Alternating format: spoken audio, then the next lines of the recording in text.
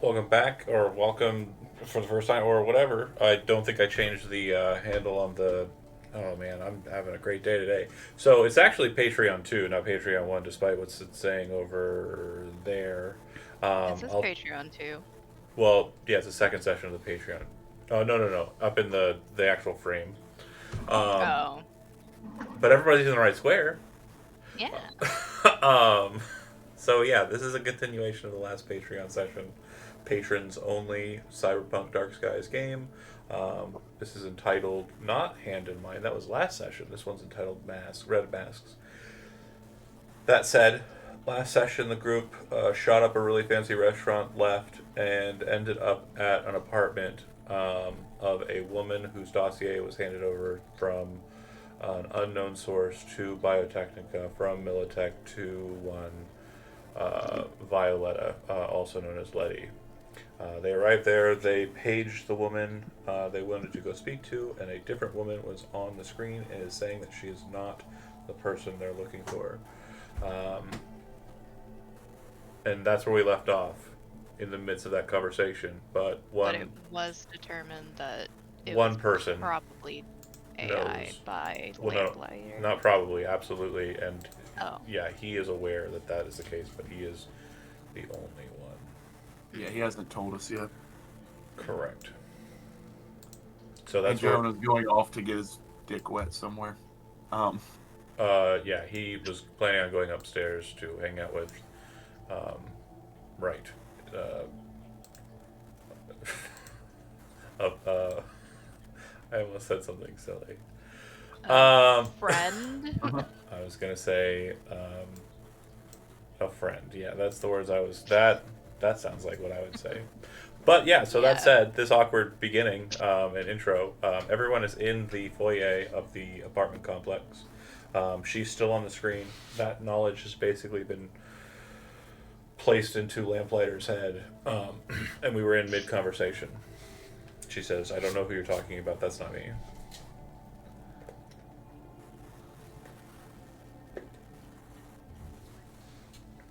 I know it's a really Uh, weird place to start up, but Yeah. I'd like to roll insight.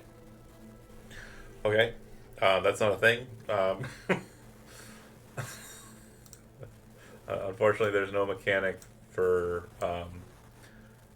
truth telling serum in Cyberpunk. Then Mooney just stands at the back and puts on his most charming smile and puts his hat. No worries. Um, Well, there is a role for truth telling serum. It's called truth telling serum, and you put them. You got to put that in the person. So if you can get upstairs and get to her, you can find out if she's lying or not. right.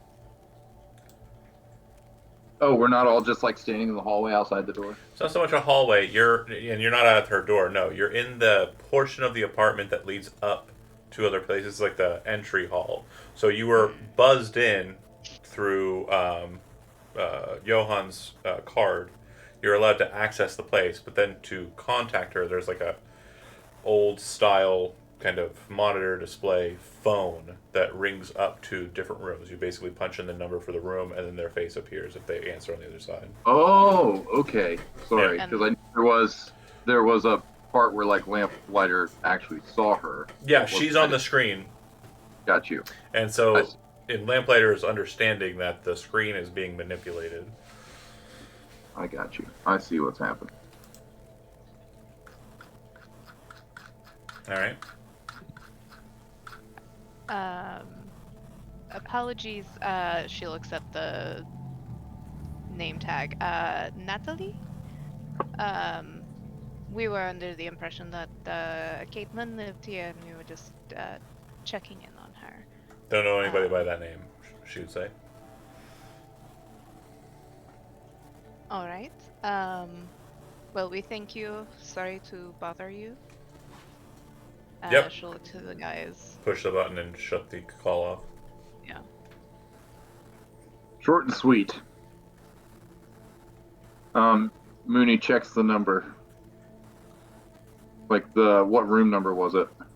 Yeah, you have the right address. Like you have the right. Yeah. It's the right. And we know that the nameplate looks like it's been changed. We very know for certain recently. that it's a forgery. Yep. Yeah. It seems that we will need to find another way in. Right. That room number, Johan, what floor is that on? Is Johan with the group or no? He did comment saying he was running upstairs to his friend. Yep, I'm just waiting for Johan or Jonah to reply. But he's probably muted and talking at a microphone. Or he's just ignoring us and doesn't even care. Stuffing his face full of Taco Bell. Yeah. He doesn't Oh, know us. Oh no! I Said can't. the word. I can only be so excited. I already had Taco Bell. I'm still. Just in case you. No, I don't- meant to say Bacotel. Sorry. It's a Void Hub Blast. Oh, there it goes. Oh, hold on, wait. Taco. Did I get It's it? too green. I know, but I had it pop for a second. Oh, dang it. Anyway. Glad everybody tuned in to watch me try and fuck with green screen. Alright, so we'll just go ahead and say that he went upstairs, and in that process, he gets shot and killed and murdered and horribly maimed, thrown out a window and dies. And we'll replace him later in the evening with someone else. Well, I was hoping graphic and horrible would have got him like, oh wait, no, I am here, I am. But it didn't work. He unmuted himself. So I guess I'll just have hear to him, do though. those things. he unmuted himself, but you left him speechless. He's not gonna talk. Is he not role playing? Like we need. He unmuted himself and then he remuted. Unmuted. Okay. Muted. Well, Unmuted. that's aggravating. On Zoom, at least. I think So, he's trying to figure out Okay. audio. We'll just say he went upstairs then. That's fine. Whatever.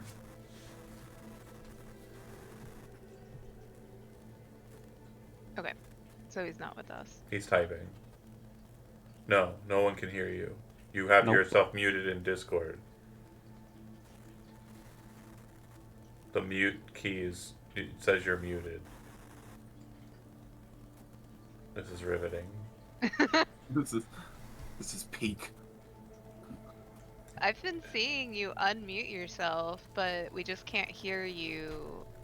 Is your like actual mic muted? Okay. Brent would have never had something like this happen. I should have kept him. Oh, there he There is. you go. And he muted Wait, right up come again. back. I'm so sorry. You fucking did it again! Stop hitting the mute button. Why are you hitting the mute button? Just be unmuted. No, because I'm not home right now. Oh. Oh. Okay. Jonah. Well, Where are you? I'm getting food at Zaxby. I didn't hear any of that. He Zach, said you- Sound like Zaxby. Get me some Zaxby's chicken tendies. Zaxby's is fucking good. I'm getting chicken fries. Oh my Okay. Yeah, god. give me those tendies. Jonah. Okay. So his character This is is my dead. dinty. And moving on. So yeah, Johan is not there to ask questions of. That's just Yeah. the simplest metric for that. No, he wants to be as far away, like, politically as possible. He will go upstairs and talk to his friend. That's fine. Well, you can't wait in my car. Yeah, he's going upstairs to I got going. my own car. Oh wait, yeah, you drove with Mr. Buckets. Yeah. Mhm. Mr. Buckets. I look over at Letty and go, I guess I'm working with you now, since I'm not going upstairs to watch that. So I guess you're in charge for the moment. You He can kind if you of want. leans over and says, in like a low tone, he says, "It's better that way." Honestly, just ask them both for pay, and they'll both pay you, and it'll work out. Win-win. That's how you game the system. Alright, so we need a new way to get into there. Well, Yolanda's you're in the lost- apartment. You can or apartment building. You can move around Building. freely. Okay, Oh. so can I So we suss could go out? to her door. Yeah. Yeah, Oh. can we like suss out what, like where in the building her apartment would be at? Sure. It's on the fourth floor, which is 2 floors below the top floor, 6th floor, and it's kind of in the middle of the building. Okay, do we have access to that floor, or is it like You have restricted? access to the entirety of the apartment, or the building, with the exception of the apartment's interiors. Mhm. Okay, then yeah, let's just get up there and we'll go from there. Okay.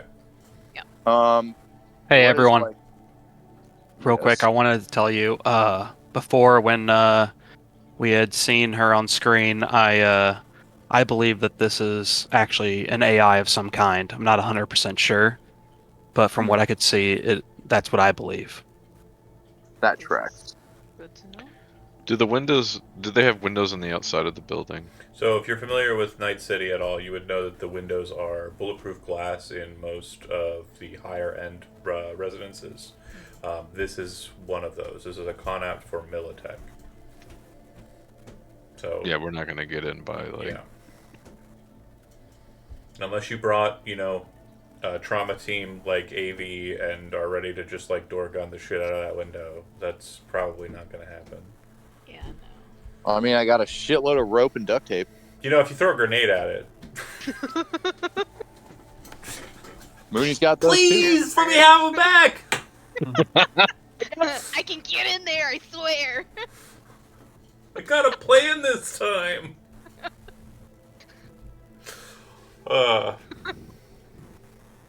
Man, we've got all sorts of different. Peel 'em off of her. We got all sorts of different children in this family. We've got the one who's like, I don't know who loves me more right now, or who I'm supposed to ask for permission, and then we have the one who's like playing with the volatile toys and has to have them taken away.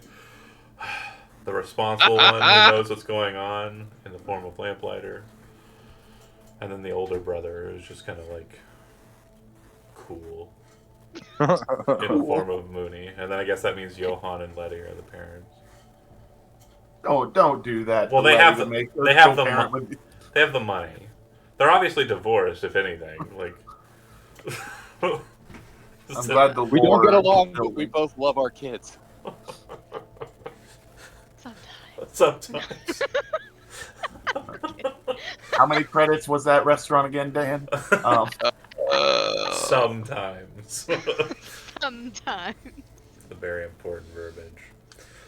It's just Um, it's not the first time. It's the problem. Yeah, that's not the first time. Well, you show up at the door if Yep. you want to.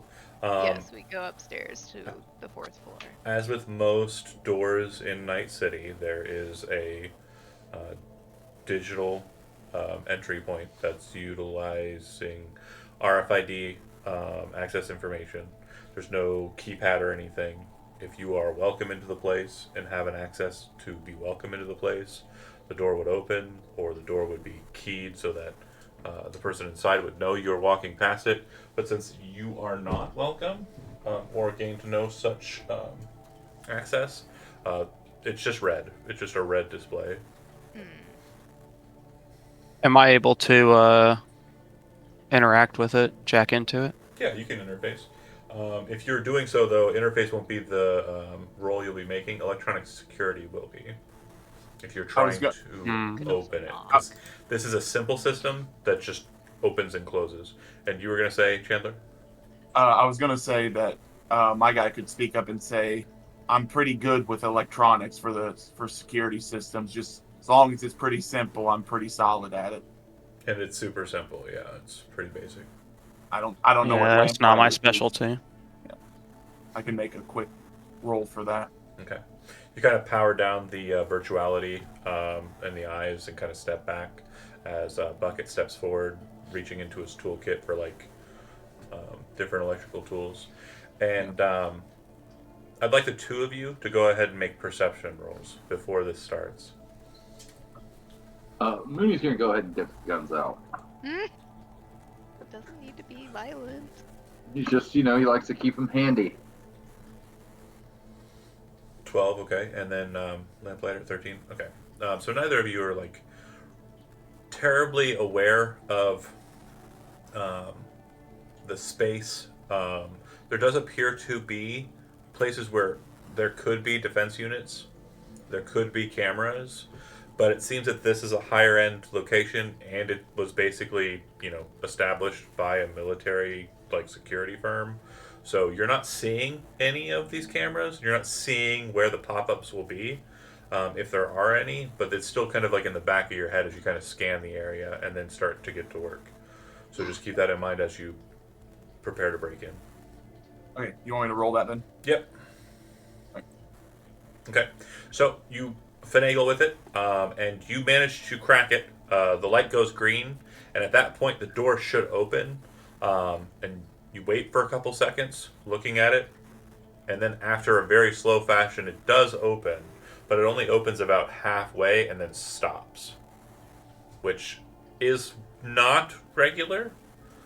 So that means that there might be like a physical impairment to the door that was put in place. Mooney puts his guns away, pulls out his trusty crowbar.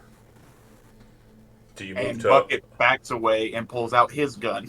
Do you move with your crowbar towards the opening? He hands it off to. Is Reggie there? I mean, yeah, he would be like observing all of this. Yeah, He's Reggie. trying not to really get into shit. That's fair, but He's No one- trying really hard. I just want to clear something real quick before we continue. No one's standing right in front of the door, right? Not anymore. No. Well, you wouldn't have had to stand in front of the door to do this. Oh, okay. Because it's on the side. Okay. Then I would no. be kind of down the stair, But a no, little bit more, just kind of. no one's standing right in the doorway and looking into the apartment, right? No. I'm Okay. waiting Oh. to react. Great. yeah. Before he gets started, he is gonna kind of like peek through the opening Okay. just to make sure, like there is an opening, so you might as well like look. and Do you have see a Do you have a reflexes of 8 or higher? what is that under awareness? I know my- combat. it would be Or yeah, statistics. yeah, At the My top. reflex 8. 8. So you can go ahead and make a evasion roll. Okay. And this has already been preset, so That is under body.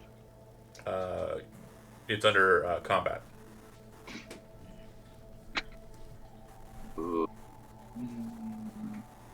Or fighting. Fighting is Fighting. what it's under. No, right, sorry, fighting. Okay, cool. So as you kind of peek your head out, you see a woman hunch over the back of a sofa with a massive gun. And you just for a flinch of a second just see this bright orange flare. You're quick enough to move your head back behind it, and you watch as it scours like the door and the side. Reggie, you immediately know that she's using fire breath ammunition, which means that like discharge causes the floor and the walls around it to kind of start burning. Had it hit, it probably would have lit Mooney's head and hat on fire. But boom, shotgun shot, and then you hear kind of like, what sounds like a round being discharged from it, and kind of hitting the ground with like a plasticine kind of sound. As he like kind of pulls back around the door, and that sort of happens, he just kind of like pulls his crowbar back and then just reaches into his bag and just throws a flashbang through the opening. Okay. You hear the flashbang discharge. Go ahead and tick that off my sheet. Does anybody rush the door? Because again, it's kind of a narrow space, so you kind of have to. I start reloading my Nomad with slugs. Okay. Bucket Not quickly, slugs, with shells. Bucket quickly says, "Hey, if this is the person we're going for, she's been around a while. I don't know if a bright light is really going to be the thing that stops her from shooting at the door again." You also know So- that a Militech standard operating thing is anti-dazzle. Yeah, so you just There's made a a reflex, rear screen. But he kind of I'm- looks at the bag and he says, "I mean, we got options." no. Who the fuck are you? You hear from inside the door. I won't miss the next time, cowboy. He's wearing a fucking cowboy hat. Yeah. And she saw his You're head right. kind of like pop out. So she saw the brim and was just like, what the fuck? And then saw the skin and was like, bam! There might be like a small little like glowing orange ember like on the edge of the hat, but like it didn't fully envelop it. Yeah, I mean, every good cowboy hat has been winged once or twice. Yep. But she says, who the fuck are you? And then you kind of hear her like, wait a moment. Lamplighter, We've as been you're trying to reach you about your car's extended warranty. as you're sitting there cautiously, you would also be paying attention to virtuality, and so you would note that there does appear to be a very hard block on cyber systems present. Like it seems that they've created a null space for net architectures. It's complete blank void beyond this door. Jeez. Mooney did actually say that. I was not just joking. Oh yeah, that's fine. She says, "Haha, fucking funny." Who sent you? Sokka? Militech? Who the fuck sent you? Neither. Technica, you fucking bitch. You hear from the other side. And Well, you hear we you, have Militech connections, but they are currently preoccupied with other things. you hear a soft click, and she says, as she's kind of trying to, it sounds like she's trying to mask the click sound, but everybody's got a decent enough perception that they hear it. It's very noticeable. She says, "Well, I'm not ready to fucking deal, okay? I know I got what you want, but I'm not handing it over. Tell your director she can go shove it up her ass. What is it that you have that we want? You fucking know. Don't dance around the fucking bush. You think I'm Yeah. one, I'm not the one." Do you think it has been pinged on you unfairly then? No, they know I've got one. But I am not one. You get what I'm saying? So you have it, but you are not. Jesus fucking Christ. She says on the other side. Just get the No, fuck away from my door. Well, I do need what you have, so Alright, well, I'm going to kill at least 2 of you. Mooney's just like, he's got like his very heavy pistol in one hand and like a fucking EMP in the other. And he's just like this against the wall, kind of looking at the gap and looking at Letty like. And I'll kill the fucking drone, too. drone. Do you even know what you're fucking here for? She says on the other side. Again, it's not the DM being mad at you. It's her being in kind of a hostile state. Well, You're looking for a biodrone. One that has the Reaper in it. oh, a biodrone. Yep. My brain went to like. No. Not like Like a... Yeah, there was a camera. drone out the window or Yeah. something. Yeah. It was like a drone. Sorry, that's the player being dumb. No worries. Yeah. Oh, go ahead. Well, we don't want the drone to be dead. Cool. Maybe you should have thought of that before you started breaking open my fucking door. Yeah, when Letty says that, Yeah. Mooney's kind of like, yeah. I'll tell you how this goes We down. need it alive. She'll look at Mooney. I'll tell you how this goes down, Lassie. Real simple. You and your bunch of friends walk single file back towards the elevator. And I can see you, so I'll know if you're doing it or not. Bucket leans a little bit closer in and yells, "It's really crazy to see a 70-year-old screaming at a bunch of young kids, but Yeah. here we are." Oh, fucking Jonah. Get off my lawn! This fucking guy. Bear with me here for a second, folks. I'm here. I'm switching to my computer. Oh, cool. How'd you could make it? Get into the Zoom ASAP. I was here the whole time. Sort of. She says, "Yeah, I figured you probably have my files. Fine. But here's how it goes. You turn, single file, walk the fuck back to the elevator. You do that, go back downstairs, and we'll have a chat over the terminal. That's as So- nice as I'm so willing to you- play it. So you will talk to us as long as we do that? Yeah, I don't really like a squad of psychopaths, she says.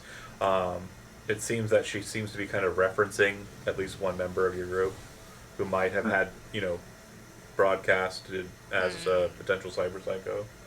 Um, I don't deal with psychopaths. Who's that? I don't deal with corpos. I don't deal with punks. What about cowboys? You already saw how I try and deal with them. Yeah, well, I didn't mean to startle you. Yeah, I didn't mean to miss. I like her. He actually laughed. He's like, yeah, that's okay. All right, boys. Put away your guns. We'll go downstairs. Do as the lady says. As you walk past, if anybody walks past, you'll see that she's kind of sat there on the couch, barrel straight down the way. And Reggie, you know that there's really no missing if you try to enter without backing out. If she pulls the trigger, you're staying outside. And the shotgun that she's using has a 100 round drum set to it, so she can do this all day. Oh shit. She also seems to have like seated next to her, but not within like a position where you think you could get a good shot on it.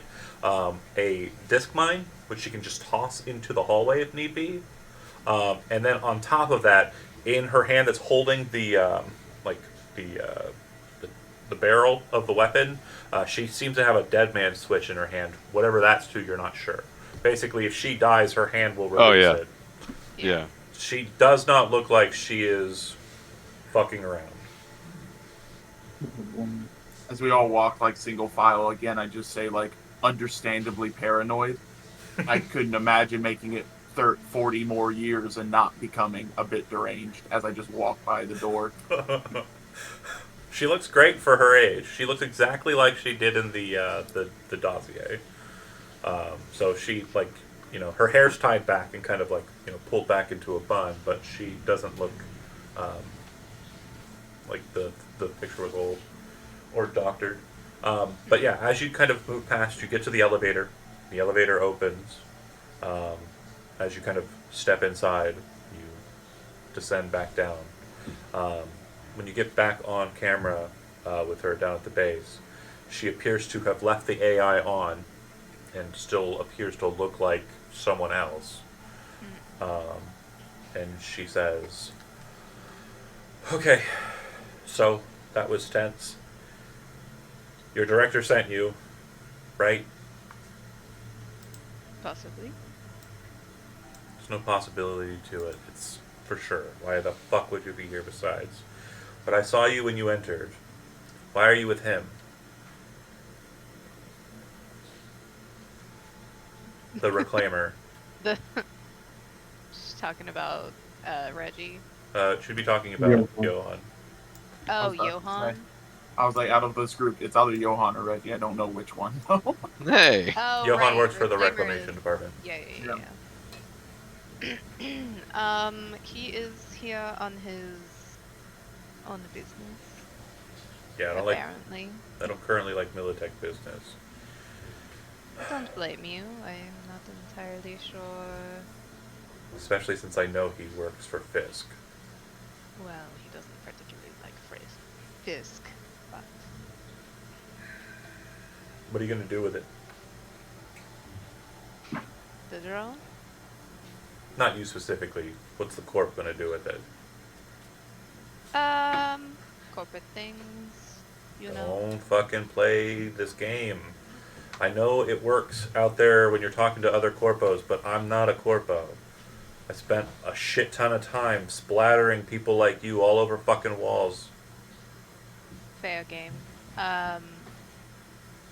We would like to know how it works, and not in the corrupted way that has been going around Night City lately. Yeah, you say that, but you're a corpo, so it's kind of at the same time biased, but also a bit concerning. Everyone is corrupt in their own way. The only intel I really got on yours, and fortunately haven't been able to gather much without getting tagged, is that Technica might be using it for a cloning program. What's the truth on that? I've heard rumors about it, but it's as other corporals might say, above my pay grade. As you're talking, the door at the front opens, and a person kind of walks in. You're in the kind of foyer, kind of gathered around the terminal. Person kind of looks at you strangely, and they're wearing kind of like a nice looking suit. Um, and they're just very concerned looking at you. And then they walk away from you towards what appears to be like a mailbox system. Pulls some mail and then starts heading for the stairs. She'll stand out of the way if, and like motion the boys to stand out of their way if Yeah, Mooney they're would give him absolutely sort in of, the way. he'd give him the like cowboy smile and the tip of the hat as they walk in. At about this time, Johan, you would have made it upstairs. Again, pretty short order, like right after they were talking, you went up. But you would have went up there, knocked for a few times, and kind of buzzed a few times. She's not there. Oh, shoot. It doesn't look like she's gone. Like everything's kind of the way it was. The terminal still lights up to show her name, but it doesn't look like she's home. Okay. It's the middle of the day. Yeah, that's fair. She's probably working out or something. All right, work. Yeah. All right. Johan. You start heading back down. Yeah. Okay. We'll get back to you in a bit. You're again. Did he hear? Go ahead. Did he hear the shotgun shot? No. Okay. It's Night City. Most of the apartment complexes have sound buffering, so you don't have to hear the That's Hellstrom. That's your fucking neighborhood while you're trying to sleep. That's fair. That's fair. It sounds nice. Would there have been a way while we were walking downstairs to quickly just shoot a message to Johan? I mean, again, he Text. is my boss. Yeah, Yep. just quickly text him like, don't mess with the reason we came here. Just come back to the lobby. Like nothing else. Just quickly, just come back to the lobby. He's just gonna shoot a text. What the fuck happened? And All you had to do was open the door, and then he starts walking. heading back down. So she says, "Is there any truth to that regarding the cloning situation?"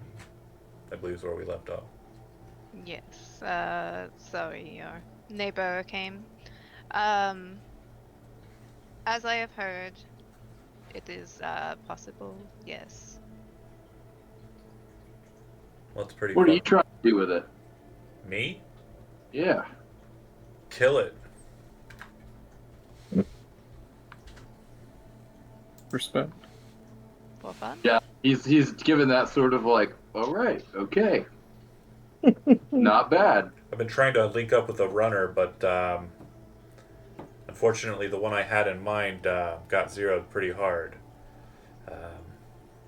Oh well, Happens. I thought I knew who you might be talking about, but you know, he's still alive and kicking. So, and he well, as far as dealing with the Reaper, he's undefeated. If you've got a name, then throw it out. But if not, that's fine too, I guess. I'll find someone who's capable. There's definitely a lot of people who are interested in this, especially in and around the afterlife. I don't like, throwing his name out there without his permission. I'd have to talk to him first. But, I know where to find you. Unfortunately, that might change. Well, hey, we got off on the wrong foot, but I think we can agree on a few things. So, if you want it, and the director wants it, I don't really care about the money. I mostly care about an exit program for me out of the city. But I don't trust you enough to put myself in your hands for safety purposes. Mooney kind of like nonchalantly fades into the back of the group, and then he is digging around in his tool bag, and he pulls out a little notebook, and he writes a little note, and standing at the back, he just holds it up so the camera can see it. What does it not say? It says, "I think I can help you with that." So that's pretty easy to detect. I would assume it wouldn't be obviously. a cowboy scrounging through his bag, and he's hoping no one else like turns a little bit and sees him. Yeah. You are a pretty large group, so that's obviously doesn't go unnoticed. She seems to kind of like nod at it, and yeah, I'll be honest. Like I'm trying not to like overtly undermine Letty here, but fuck the Reaper. That thing is goddamn dangerous, and nobody should have it.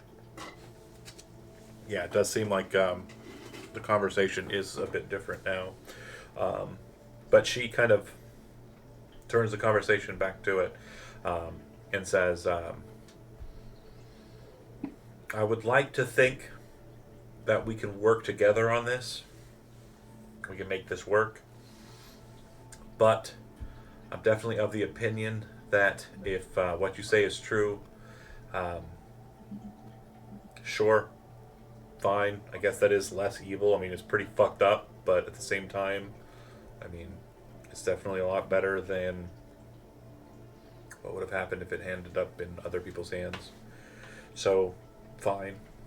Fine, I guess. Cheap labor for the corporations. People Yeah. don't have to work like slaves like they currently do. No, I get it. I get it. She kind of sighs and kind of looks a little bit more reserved. Again, everybody who's present, you kind of, are hearing the conversation, so you can take whatever ethical or moral like position as to what Letty suggested she wants to do with the Reaper once acquired. You might need to spell it out for me because Mooney's just operating under the general assumption that every corporation wants to get their hands on it, so they can just Yeah. And Letty's the one you want to team up. Yeah. Biotechnica wants to make drones, like clones of people, drones. Well, they already to can just make do, clones. Yeah, They but just don't have like the programming. functional clones. So that they can understand what, how the you Reaper. So they like- can do the use slave like the work. Reaper program as like a template to create some sort of like Conscious.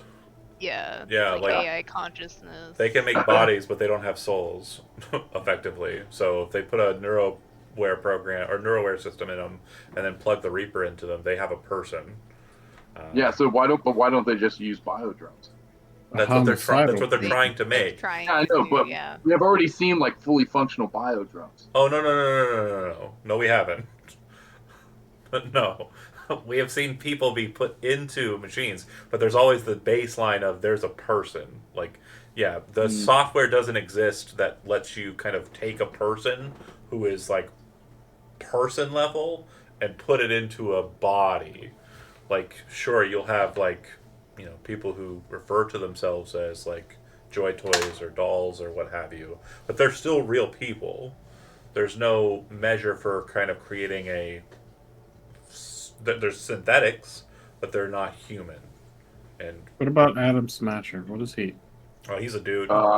He's a dude, Yeah. just heavily customized. Yep. He was a Okay. person that has basically gone full board. Yeah. Is that his body?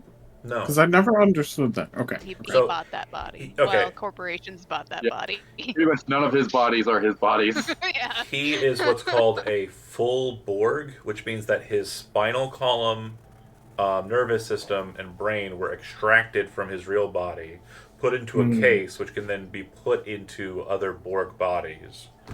And then Oh. he just goes around and does what he wants in that body until the body's no longer functional, or if he needs a body for something else. He's been inside of bodies that are used for war, destruction, killing, stealth operations. He's also been put into joy toy bodies to facilitate needs for Arasaka folks. Like I think the CEO's daughter spent some time with Adam Smasher.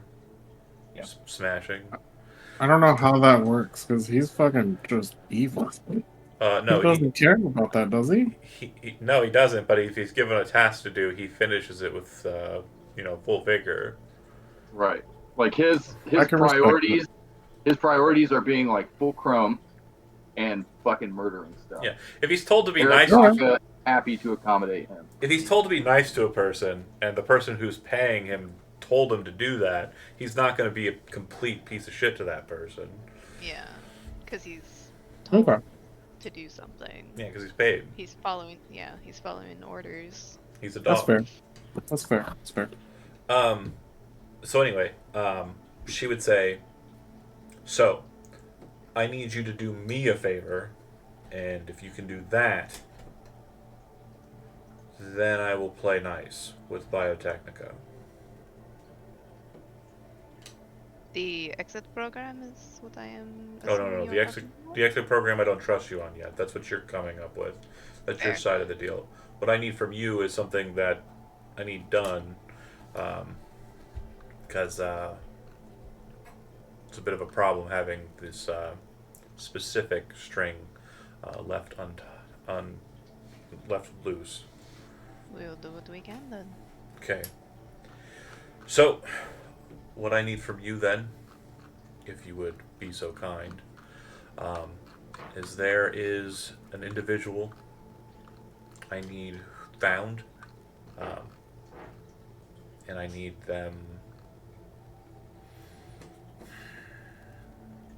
dealt with. It's the last link I've been able to kind of or it's the last link I've been unable to find regarding a group of booster gangers I was watching for a while.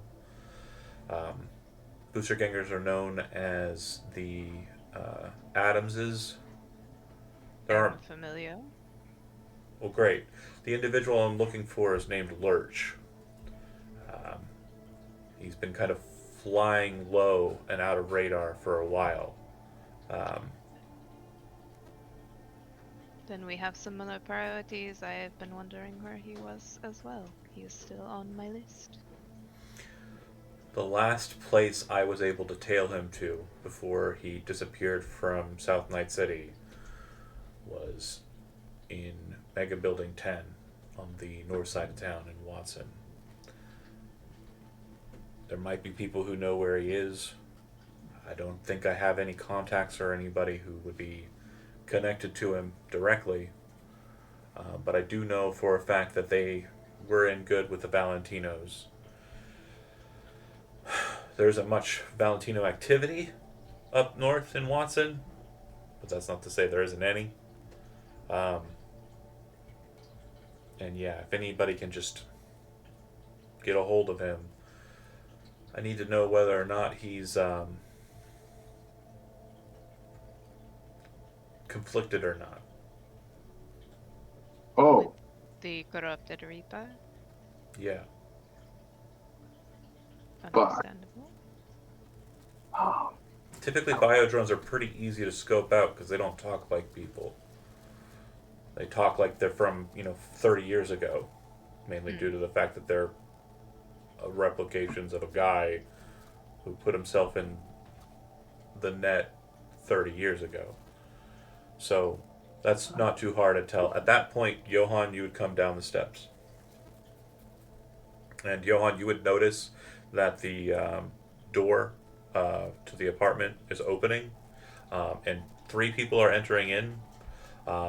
It looks like a Militech kind of business fellow, a woman who looks like she is of the streets, and then a bodyguard. The bodyguard in question looks like they are completely chromed out.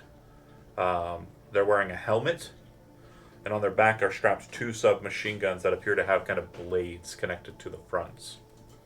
Ooh. Okay. Do I recognize this man? This Militech man? The businessman? Yeah. Roll a perception, or no, roll a business roll. Busyness. Okay. Is that under education? Yeah. Yes. Okay. 11. No, you've only been in the company for a while. He definitely does look like someone you might have seen in the building. So you're pretty sure just a tenant taking an afternoon delight lunch. A little bit of a late afternoon delight lunch with this specific individual. The bodyguard in question seems to be, pretty heavily outfitted for just a guy who's out here in this Gonapt. Yeah. So Johann is just gonna do one of those things where you pass someone you don't know with a polite smile and nod, and then just keep walking. Yeah, they seem to kind of look at the group around the monitor, if they're still just kind of standing around it like a bunch of tourists. Since I haven't heard anything different, I'm just going to assume that's the case. I mean, I think Letty is closest, though. Yeah, of course, you're the one doing the main conversation bit there, but everyone else is kind of just standing around, like huddled around the TV, like classic '50s fucking family. And I don't mean 2050. the light of the old monitor there. Yeah. Okay, so they walk past. So I would like for Mooney, Lamplighter, and Reggie to go ahead and make human perception rolls. Uh-oh. Bum, bum, bum. Actually, I'll give it to Bucket as well. Go Bucket. Go Bucket! Alright. So the others don't notice, but Bucket, you definitely notice that there seems to be a weirdness between the group, or the 3-person group. And you very quickly identify that they're not a 3-person group. They're 2 separate groups. It's the dude and his Joy Toy, and the guy who's just following in behind them. Okay. And they are walking past Johann at this point. You see them at the steps. And I look at Johann and motion very quickly for him to get over to the group. And at the same time, I look at Reggie and say, the chrome one is, I hopefully not loud enough for the other guy to hear, but the chrome one is not supposed to be here. Trying to get Johann very quickly over to us. Because again, I don't want to fight this guy either, but I know, from what I saw in the restaurant, I know Reggie is probably the fighter of this group, from what I know. So I try to warn Reggie that one might be a problem. And I'm still just sitting, waiting to react. Reggie, I'm going to give you a special role here. This is going to be an education role, but specifically for a solo. Ooh.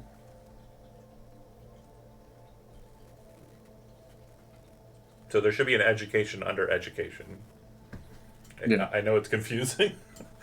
It's under education. It's called education. Yep. It's under criminology. Where's education? What's education under? You don't know what it is, but just the look of this individual as they're kind of walking past you and moving past Johann, there's something about it that seems strangely familiar. The helmet kind of having like the dark coloration with kind of like the red side paneling around the visor. It's just kind of like a deepish green on the armor set, and then the 2 guns. Something about it is familiar. Like you feel like you know this, but you don't know why. But yeah, this individual. Would deduction be helpful here? No. Okay. And you're not getting another role besides the business for the one you asked for. That's fair. That's fair. You disregarded them as a bodyguard from the onset, so we're going to assume that is Johann's play moving forward. So. Yeah. I didn't say that. You said that. If Johann gets close enough to me before anything or if anything happens, I fill him in that that's not a bodyguard, and to be on guard for that. She would say to Letty, "What is your friend saying?" Looks like there's a bunch of whispering going on. I believe the bodyguard is already like heading up, right? Yeah, he's on his way up. They're taking the stairs. Then I quickly look over at the monitor and say, "Shut your door, lock your door. There's someone coming up." Already did. Who? Did you see Chrome Dome walk in as the 3 group? No. It's kind of... Okay, she couldn't see that? Yeah, it kind of has a similar like blur effect. Like you can't see her apartment, and she can't see the front room. Okay. I would say heavily modded out guy coming up, double SMG. Watch out. Keep your door shut. Keep this thing going. If you're wanting to help, you can. I wouldn't suggest it. Fisk is a son of a bitch, and she clicks off the panel. I don't want her to die either, from what I know of her and everything. I have questions for her as well. So that's kind of selfishly, I stepped in front of Letty to like make Yeah. sure that she understands what's happening as well. Yeah. Letty, your phone starts vibrating.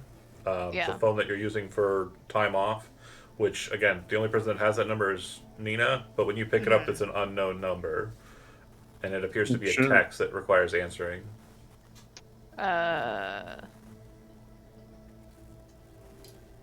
It's just a text. It's not a phone call. Yeah, you just have to open the text. Oh, okay. Open the text. In your mind, you kind of see the text, and it says, if you're coming up, good luck. If not, I'll throw the drone out to the street.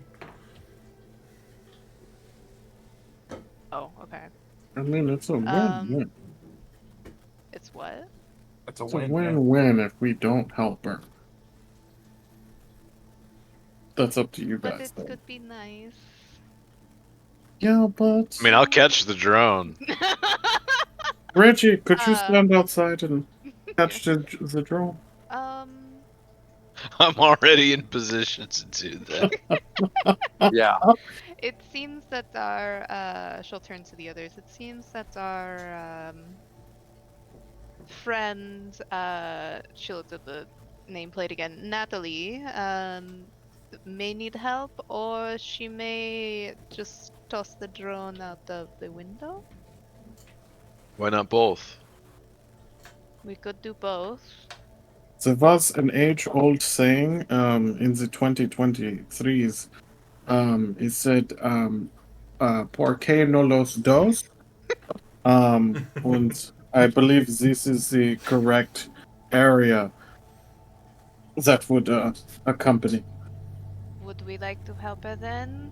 I'm gonna get the Reggie, I drone will- first. But yeah. Fair. I was going to say that I will give you your bombs back. Goody gumdrops! I mean, you could have just asked Mooney. He has a whole fucking bag full of them. So does Oh, Johan. He has a belt full of grenades. Yeah, but those are Reggie's grenades. That's true. That's also true.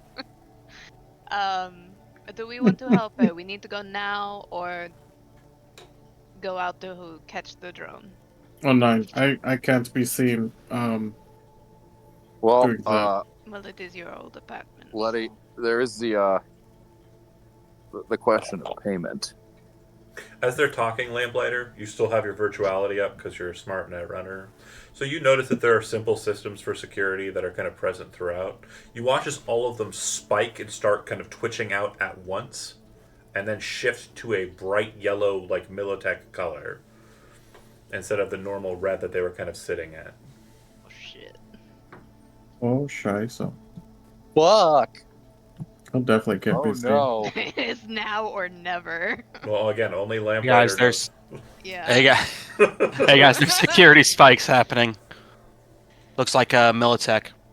As soon as he says Militech, Johan steps the fuck out of the building and turns on his scrambler. Okay. You go catch the drone then. Yeah, like what if that big solo that just walked through actually is like there on Fisk's behalf? So that's what Natalie assumes. Yeah. Yeah. Caitlin. That's what I mean. She said, "Fucking Fisk." Can I scan to see if there is any other access points since they've walked in? Go ahead and make an interface roll.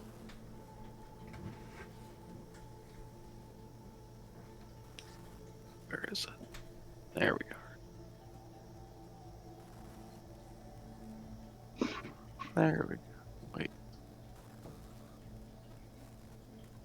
Yeah, so Ah. as you ping the system, you very quickly realize that the system has been taken over by a runner inside of the building. Who that is, you aren't sure.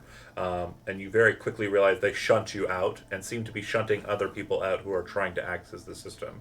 So basically, imagine like you're trying to get into a really nice restaurant and they're kicking people out. Like, and you're one of the people that get kicked out. Like, that's literally the digital variation of what happened to you. You know what we do when we go to nice restaurants, John? We throw grenades. So are you going up because there was some conversation that wasn't happening there? I just want to make sure. Can I roll? Can I speak to your manager? Do you want to speak You to the left. manager? God, Jonah. Since we're at a nice restaurant. We're not at a nice restaurant. Really quickly, We're I in an noticed that apartment building. We have like Go ahead, we Chandler. have negative 2 seconds. I noticed Turn this Jonah into was Wendy's. starting to leave, Yeah. and I asked Jonah, "Hey, are we leaving, or do you want to leave by yourself?" And that's a genuine question. I have a vested interest to realize why she's lived so long, and I have questions. But if Jonah says we're leaving and he needs a car, he is who hired me. So I know it's the same name with just a change in like a consonant. Yeah. But the character is Johan and the person is Johan. Sorry, Johan. It's okay. Sorry. No, it's okay. It's okay. I just want to make sure that's clear. He literally just went. I'm gonna need somebody to load the drone into a car. Is Bucket, like, is it on the books that I have purchased the services? No. Okay, so Johan says, no, you can stay. I will be waiting in the car. You typically do not put people, like, the transactions you make On the with books. punks on the books. On books, okay. Oh, yeah. I do, out of good faith, throw him the keys, just in case. He tries to catch it. He fumbles it. That's fine. He's, like, trying to make a cool exit, and, like, it goes horribly wrong. As conversations about money and like these kind of momentary situations, and also Lamplighter kind of pinging the system, and all these things are kind of happening in the moment. It really doesn't take that long to clear 4 flights of stairs, guys.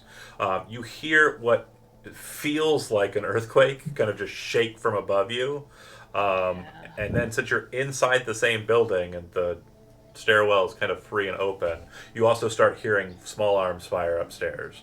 You hear the same kind of discharge of shotgun that you heard when Mooney almost lost his head.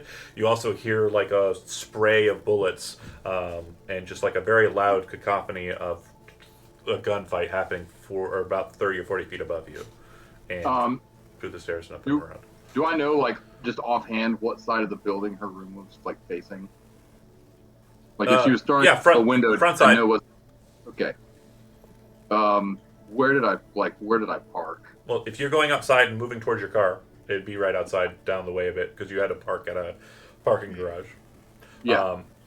Mooney says, "I'll bring the car around," and just fucking takes off. Like, so you and Johan are kind of moving out. Johan's kind of moving towards his car, but he's got to go straight down the street a bit and then turn left into the alleyway where he was able to find that parking spot. And as you two are moving, you hear a loud explosion above you, and the ground starts to become littered with raining glass. I'd like the both of you to go ahead and make evasion rolls. Damn, that's toxic. Okay. I mean, I've got a hat, a high collar. City. I'll be okay. Is it's under fighting, right? Uh-huh. Okay. Dang. Oh. We're rolling hot tonight, folks. Mooney did. Okay. That's a 7? No, 6? So this will subtract half of your. It'll only count half of your armor value for your damage here. So when you are considering the SP value of your armor, Johan, you're going to basically reduce it by half and then subtract from the amount. The two of you take 16 points of damage. Okay. Because you made the evasion roll, Mooney, you will only take half that amount. And again, the same is true for you. If your AP value, what's your SP value? Mine is 11. 11. So half of 11 is going to be 6. We round up in Cyberpunk. And I dealt 8 to you, so that means 2 real damage hits, and your armor is ablated by 1. For body or for head? It's just body. Whenever you're taking like a explosion or a rain of something, you always just take it to body. Okay. Damn, So that's some pretty fucking crazy. The presumption is as you do this, you kind of like get up and like you cover your head, pull your hat down, whatever. So we just kind of just to the body. It used to be fun. We never talked. Go ahead. We never talked about the stopping power, like, because my light armor for the body, it was damaged a long time ago. We never talked about. If it was before the Patreon game, it's fixed. Okay, all right. So 11, and then you said I take 6 ablation. 16. So your armor value is 11, right? Yes. Count it as 6 instead, and you Okay. took 16 damage, which means you're going to take 10 damage to the body. 10 damage to the body. Okay. Right. Oh, so and then like a 16 roll wasn't good enough to avoid. No, you did. You just No, took you avoided. half. I You took did. half. Yeah. Oh, Took okay. half. Because it was raining all over the place, there was no avoiding the damage. It was Yeah. Oh, inevitable. okay. Sorry, I got confused. So it's okay. Johan's armor that got ablated, not mine. Your armor does ablate. You took 2 damage, and your armor ablated 1. No, if I took half of 16, It's that's 8. Your And armor is halved for the purposes of taking bladed damage. Like when you get hit by a melee weapon, I treat it as Oh. half. Okay. Yeah. I didn't realize that was. Sorry, there's a lot of math in Cyberpunk, so let's go through it step by step, okay? Your armor value is 11. I'm hitting you with what is effectively a melee weapon, so your armor is treated as half value rounded up, 6. You took 16 damage. For this purpose, it is unavoidable damage, so what that means is when you rolled to see if you took the full amount or half as much. You succeeded. You took I got you. 8, 2 over 6, 2 damage, ablate the armor 1. Cool. And then Jonah, you're taking 10, ablate the armor 1. Oh, like everyone. Okay. Gotcha. Mm. Okay. Yeah. And unfortunately, with all those dice, no doubles, so no mortal wounds or anything, no ripping people's legs off or anything. Like a massive shard of glass just comes down and cuts fucking Mooney's other leg off. You son of a bitch, fucking referee! As that explodes and like the glass hits the ground, the next thing that happens is you watch as a body suddenly just smashes into the ground. Like with a sickening thud, and it doesn't look like anybody you know. They're wrapped in a blue tarpaulin. And it looks like when they hit, like there's a bit of like pillows kind of stuffed in there with them, so you're not sure whether or not that person's alive or not. They just fell 40 feet, plus 40 feet. It kind of seemed to come from like the vicinity of her room. It seems to have been shot out the window. Yeah. Does it? So it doesn't. I mean, Johan wouldn't know, but. Is it a woman? No. Okay. I mean, Mooney's gonna like beeline Body straight. shaped. It's body Yeah, shaped. she said she Mooney's was gonna going to go jump to to a drone. conclusion. Yeah, and it's body beeline- shaped. It's wrapped. Yeah. Like think Mooney's- of like. Remember when Zorro had all of his bones broken, Jonah? Yeah. Yeah. No. I Like got think that. like that. Yeah, You're not Johan's gonna know gonna if take it's a that. girl or a boy. That's fair. Okay. Mooney's gonna beeline straight for it. And I will say that there was an encounter we had with a Reaper-controlled bio drone. Mm-hmm. Yeah. So if it is that same individual, like Mooney got pretty up close with him, so he. Okay. Mooney's going to take it? Oh yeah, like but he Alright. was anticipating a body hitting the ground anyways. So Alright. the plan was he was gonna stuff it in the trunk, and if it's on the way to the car. Sorry, he I was eating might something. pick it up. Yeah, I would have been there trying to catch the body, the drone. I would have been there the whole time. Oh, Did she okay. ever drop the drone? Yeah, it It's just flew out the we were window. just covering that. Yeah, I've literally, like I said, like a while ago, like I was waiting for that. Okay. So, So I didn't know you had if said you that were side because it outside- sounded like you were still talking to people inside. No. I said I'm gonna go catch the body. After we get the body, then I can think about helping her. Who the heck's camera died? So Oh, you it was. probably would have been getting pelted with glass too. Excuse me. It was I Michael. think that was Hero. He said there were storms. Yeah, I see that. Oh. Yeah, Oh yeah, it is getting cloudy. I've got sun coming in on me too. Getting pretty nasty. My bad.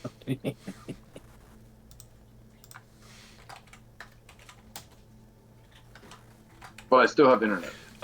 So I do want to put this to you. Like we did just kind of drop out our Netrunner, and I will let you know that the next part obviously is going to be kind of Netrunner centric. Well, not the next part, like immediate next part, but like once you get out with the bio drone. I mean, if you get out with the bio drone.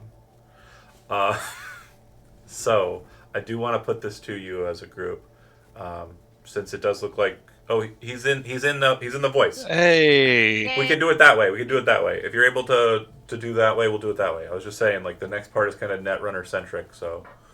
Damn. I can roll your dice for you. You can, it's okay. It's okay. Tuning remotely like a true netrunner. If you can do the voice part, we're good. So back to it. Glass body outside. Inside. So, So Reggie, wait, Reggie, you would I be camp hit by the out. glass then? Yeah, you'd be hit by the glass. So give me an evasion roll. So it's 16 for you as well. Your AP or your SP on your armor body. What is it, Dan? I think 9. 9. Okay, If so it was damaged before the no, it was patriarch, damaged during the fight. He got got oh, damaged. during the fight. Never So mind. Sorry. 9 down will be 5, and then you'll take 11 to the chest. Dang. And then the body hits, but because you took so much damage, I'm going to say you weren't able to kind of get underneath it for the catch. Is that fair? Sure. Okay. What the heck? Got me doing all this other stuff. I guess if Reggie's there with us, Mooney's not going to worry about picking up the body. He's going to worry about getting the car. Just let Reggie do it. Yeah, that makes sense. Yeah. Yeah. Okay. So you would move towards your car. Johan, you would move towards Bucket's car. Inside, the firefight is still going. And outside, you're starting to hear the sounds of the firefight above. You would also notice that maybe 3 blocks down, you see blue and red lights flaring up as NCPD kind of takes notice. Okay. Oh, we really got to get going. Yeah. So Johan has the ability to drive, but You- once Johan gets in the car and stuff, can you tell me what's like the hit radio station right now? Well, it just depends on your taste. There are a lot of them currently active. Okay. Like anything party centric, like Uh, Famous. I'll just go ahead and switch the music ambiance as you would be in the car effectively. I'll just go ahead and do one of Dan's favorite back end musics. okay. Oh yeah, we're just jamming out. We got the AC on, and like some Chardonnay probably in like a socket somewhere. All right, this is one of Dan's favorites back end musics. So there we go. Southbound. So you get to the car. Mooney, you're still moving to the car. Inside, like I said, firefight is happening. You folks can decide whether to rush out, stay in, whatever you want. John, real quick, can you ping on the map where exactly we're at this very moment? Yes, you right here. Okay. Yeah. After the window crashes out, and then Well, she can probably see out. it's kind of a little bit further up the way. So yeah, okay. it's not directly over you right out front. It's kind of down the way. So you're not sure what's happening outside yet. Right. How heavy is this drone? About 180 pounds plus maybe 15 pounds of tarpaulin, pillows, and rope. I have 10 pounds of tarpaulin, pillows, and rope. Pillows are pretty light. Yeah. So it wouldn't be a More problem. cumbersome. I'll just Honestly, yeah. pick up the drone. As a and med start- tech, it's very similar weight-wise to a person you shoved in a cryo bag and are pulling back on board the. I have to say it's all consolidated. It's all too, right? consolidated and neat. Yeah. Yeah. The firefight continues upstairs. Well, I'll get it to I'm getting the drone to the car. Okay. How far is the car? You start moving that direction. Johan, you've already started moving that direction. You're going with Johan, I presume. Or are you going to Mooney's car? Because they're both moving towards cars. You came in with Mooney, you know where he's heading. You would see I go to Johan Mooney's car. move to Bucket's car. Okay. And then inside, let's focus back on that before we get too far ahead of them. Since everyone seems to be heading to the car, Letty will also move towards the car. Okay. So, Yep. Lamplighter as well. And then Johan, you already fucked off. Mooney, Yeah. you're already out. Reggie, you're already out. Bucket, you're going with Letty and Lamplighter.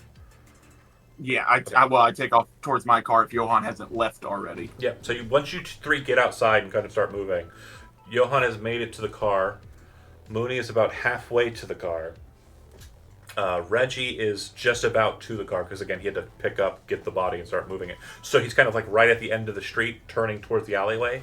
And at exactly that moment that you three kind of get out into the street, see what's happening, take everything into account, you watch as another body flies out of that window and slams down onto the ground. I have the funnest mechanism to determine how bad this goes. It has nothing my with me God. predetermining it.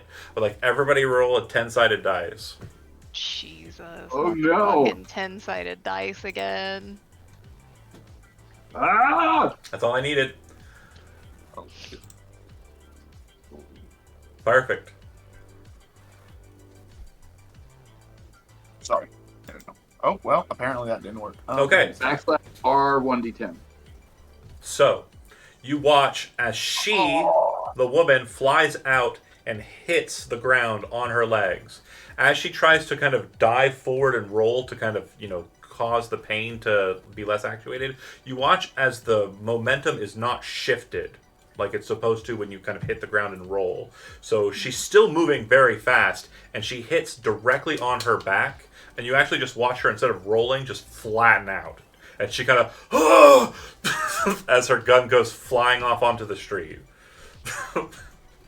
She Who does she Hitting up land next Caitlin. to? she lands in the middle of the two groups, which would be Reggie at the end of the street, and then the three that just rushed out, coming outside. Johan, you're in the car. You just started Yeah, up. I'm out. Music is playing, and you're about to start moving the car. So I would go ahead. I would just like to state my sort of priorities right now. You're just rushing to the car. Well, priority number one, get in the car. Priority number two, secure the drone. Mm-hmm. And then if we have the opportunity, he'd like to try and save this woman. Okay.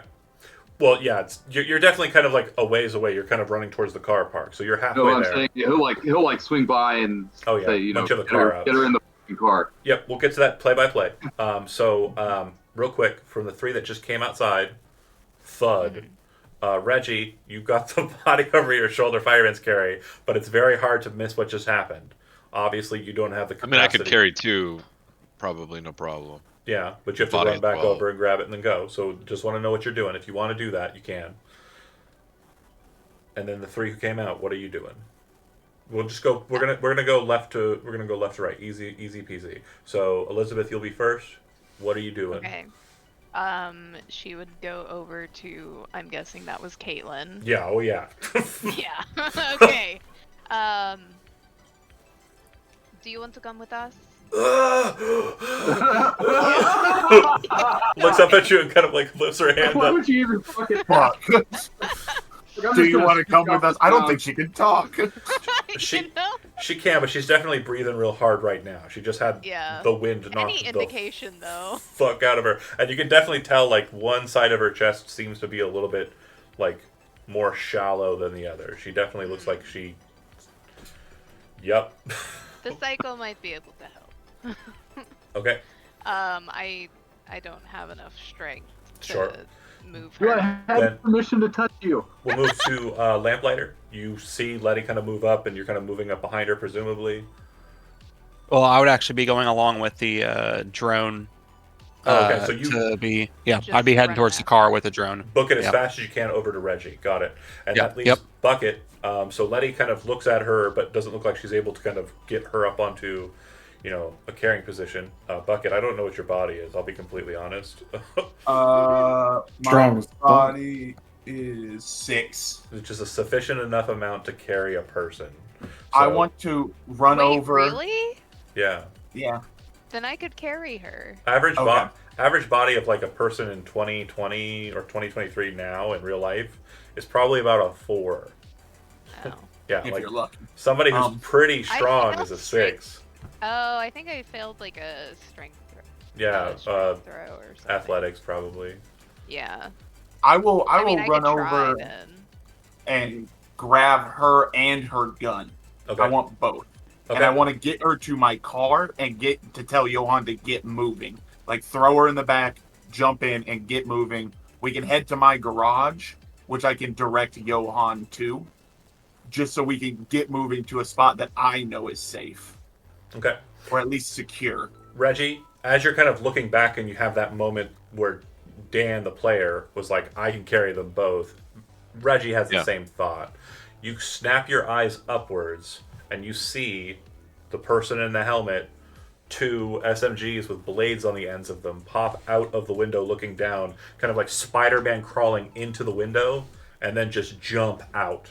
Oh my god. You get them onto your shoulder bucket, and you start, or get them carried. You got the gun kind of in their lap, and you're moving away from it. And as you're kind of moving towards the end of the street, this person lands.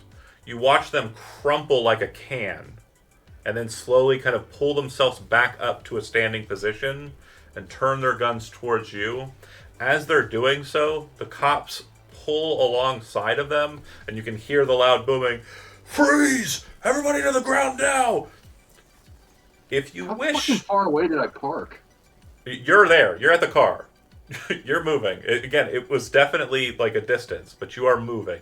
I didn't say it because we're kind of doing... This is like a beat-for-beat seconds kind of thing. Like, a walk to a parking garage is a lot longer than a walk outside and, like, smash action, Yeah. Chad. Okay. I mean, no, sorry, I didn't mean to interrupt. Like, No. stuff on your moment. I know. I don't want you to feel like you're being opted out. You're coming in at the right time. I promise you. I'm gonna have you and Jonah start rolling in a second.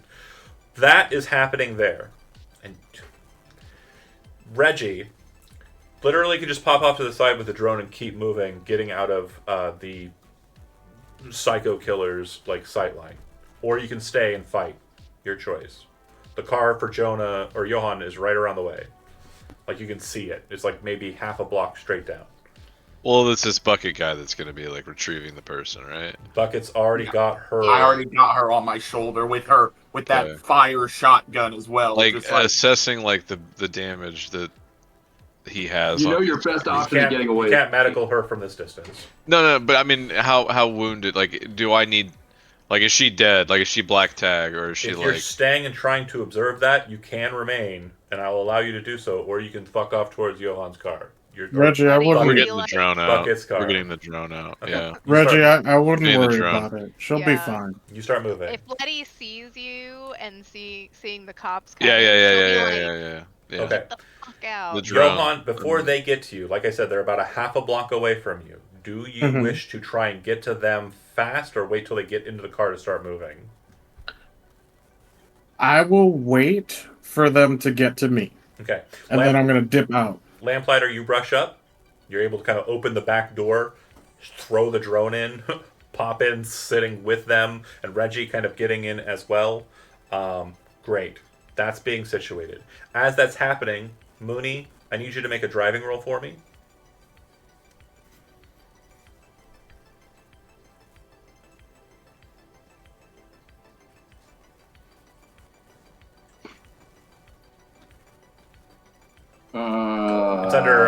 It's under Control. control.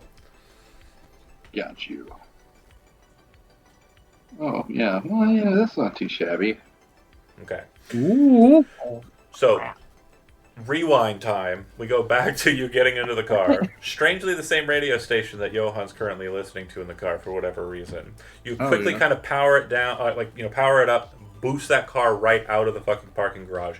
You spiral down this, Like I hit that ramp onto the street so hard. like it's you're well, you know how like they have like the downward spiral kind of like drive, like you're just Tokyo drifting down that bitch, and then you kind of just drive right through the arm that normally keeps you kind of like from exiting, unless you like pay for the parking, and then you drive right past Johan, watching as Lamplighter is opening the door and they're about to start shoving the drone in. In that split second, you are coming around the corner. And with that roll, you can decide to do whatever the fuck you want, but I need a perception check to determine whether or not you are aware of everything I've said to you, because this is split second timing. Okay, so you want the perception roll Now, before I start deciding? yeah, you want the perception roll. So you have no Okay. idea what's going to be around that corner, and you are not going to be Garbage. cognizant in that second to do it. So That is I want fucking- you to take that into account as you tell me what your plan is as you come around the corner to where you think things are happening a certain way, but you're not sure. Yeah, my plan was to get in the car, go as hard as possible, and try to like pull up next to Reggie. Gotcha. So like basically the first thing I'm doing is like round the corner is trying to identify where Reggie's at. Yeah, and you fail that shit. So you would have saw Reggie. Oh no, you would have seen Reggie. You passed by Reggie. You saw them loading the body into Bucket's car. Okay, so that's So, already like. Do you not go around the corner then? Since you see that? I mean, yeah, it looks like everybody's loading up into Bucket's car, Yeah. and With it's just me Johan and my car. driving. It's just me and my car flying solo. Right, but not everybody. You only see Lamplighter, Reggie, Johan in the driver's seat, and the drone being chucked into Bucket's car. Bucket, Okay. Letty, and Not Reggie. Bucket and Letty are the only two that are kind of Yeah. not currently available. Okay, so I know who's all at that car, so now I need to locate Bucket and Letty. So you come around the corner, not being cognizant of what's happening, you kind of just slowly turn into traffic like you would normally would. But yeah. There's a cop car directly in front of you that has changed, switched sides of the road from on the right side of the road to the left side of the road without turning around. So they're facing you the wrong way, but they're on the side. They are next to where the broken glass is. You see, for just simplification, we'll just start referring to the individual as Striga, pointing two submachine guns down the line at Bucket and Letty, and the cops are leaning out of their windows with weapons and are yelling loud enough for you to hear the last thing I said at the end of that. Freeze was the first thing I said. Everybody on the ground now is the thing that you hear. While that's happening, Letty and Bucket, you see Mooney probably about 8 meters or so away from Bucket and probably about 6 meters away from Letty. Pull around the corner, not cognizant of what's happening here. So what would you two like to do in this moment? I think the real option is just beeline to the car. Okay, and Letty, similar? Again, the car is about equidistant from the edge of the wall of the building as well. So there's kind of two things that you can kind of go for here if you want to do that. Yeah, I want to go for the car. I want to aim specifically for the back seat. Okay. Because I want to I have decent first aid and paramedic, so I want to start immediately trying something and trying to help her. But I need to get to the car first, and I need to see if we get to the car. So you're trying to get to Mooney's car with her and chuck her in the back seat as quick as you can. Yeah. Letty, that being taken into account, how would you like to roll?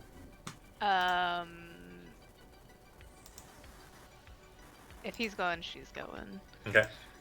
So as you start looking that way, you watch Mooney as the armored individual with the two guns points one gun kind of off to the side towards the cops and points one gun towards your friends, and you watch us both just become massive bursts of spray. You can actually see from the kickback of the weapons that they have high impact ammunition, which means that they are basically supercharged cores that are firing the bullets instead of just regular loads. They're bolter rounds. No, they're not bigger. They're not bigger bullets. They have more grain in the. They're almost like rocket propelled. They're basically being shot out of those so far that if you watch the kick of it, and it looks like it's grenades are going off in front of this individual, but they are just not moving their arms at all. None of the kickback is affecting them at all. I would like to position my vehicle between the gun. Well, hold on. Oh, okay. Since this is happening kind of instantaneously, we've dropped down. Everybody's done their actions in this split second. We're getting to this bit here. So I need Letty and Bucket. I need to get to suppressive fire. Evasion roll. I believe so, but I just want to double check. Go ahead and throw an evasion roll in the meantime. Ooh, Bucket! This fucking guy. Come on, man! You're rolling Holy hot shit. tonight. Oh. I needed that because I'm also carrying someone, so I didn't know if you were gonna deduct from that. So. Oh my god, I was. Hot. Bucket. Hot. Bucket the god. This fucking guy. Again, this is just a 27-year-old mechanic just praying he sees 28 at this point. He's gonna. I mean, based on these rolls, I don't want to jinx it or anything, but holy shit. Okay. Fucking happy feet. He can dance all day. All right. Suppressive fire. Bip. Okay. So, special usage of suppressive fire.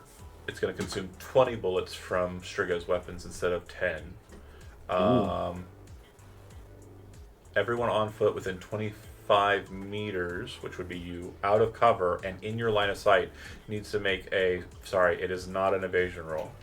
It is will plus concentration. So you'll make a concentration check. And then my difficulty value for you on this roll is a 22. Where's concentration? So what I'm going to do, since I didn't know the correct roll of it, what is your will plus concentration value bucket? 8. 8 total? Yeah. Okay. So what we're going to do for that is you have 6 and 7 for evasion, right? How'd you get the same exact number? They have completely different. I will say that the first roll would have been superior, so we're doing that metric. Since I made you roll twice, and I'm a horrible referee for that. So 13. So 13. The difference between 13 and you said 9 was 8. Sorry. The difference. I'm really bad at math. The difference. The difference between 13 and 8 is 7. No, it's 5. No, in third, yeah, okay. It's 5. Yeah. So 23 plus 6 is 29. Minus 5 is 24. Minus 5 more because you're carrying a person. 19. 19. That means you will fail. And then, Letty, you will also fail. Anyone that fails must use their next action to move to cover. That does not include opening a door. So you're Really? literally just going to... Be. No, Oh. because, yeah, you have to open the door while you're getting shot at. You're literally just diving for the back of the car at this point. I mean, that would... I will argue with you. I say that would be cover. I'm just saying. No, I grant you, but it's not immediate cover. You know what I'm saying? Like, you have to go through the process of... Go ahead. Did Mooney drive a truck or a car? Well, here's a fun, interesting fact, because the car is what he drove. But we're going to go to an interesting point here, because I'm going to give you a free bit here, but it's not going to be you that decides, ultimately. It's going to be Chad that decides. So as we went through the play-by-play, Reggie, you're in there. You've got the body in the back. Lamplighter and you are in the back of the car. Johan's in the front with the steering wheel. He's ready to go, okay? You hear the gunfight happening there, and your car is facing not towards the main street because you pulled in on the from the main street and into this alleyway. If you drive the alleyway, we're looking at the map, right? Go ahead and zoom in a bit, and I'll explain what I mean. So you can see, if I move this little guy out of the way real quick, you can see that there's kind of like a small little alleyway that kind of moves and kind of goes underneath this overpass here and starts heading towards the city center. Yeah, you're doing it right there with that purple line. You can go that way, or you can turn the car around and head towards where the firefight is happening. So where's Letty at? You do not see Letty. Okay. So the drone is in the car. Yes. Reggie is now dipping out of the car. Lamplighter, and retrieve Letty. Lamplighter, you are secured the drone. You're staying with it. Is that correct, Michael? Okay. Yep. And Johan, you have the wheel, and so it looks like Reggie is heading back towards the firefight. And I'm shifting around my attributes. As an action? Yeah. Okay. Yeah, we're kind of in this weird state of, this fugue state of combat. It's not an official combat.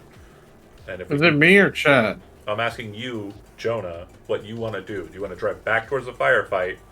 You just saw Mooney drive past, or do you want to drive off towards the city center and say, fuck all of this, we've got what we need, me and Lamplighter can handle this? Your choice. So the drone is in my car. You have the drone in Bucket's car, and Bucket's you have car. Lamplighter in Bucket's car as well. Reggie just stuffed the body into Bucket's car, and Lamplighter jumped in with the drone. Okay. Reggie shut the door and started walking like a badass over there as his brain started shifting gears towards a different type of fight. Okay. You can also just square up with the solo and see how tough they are.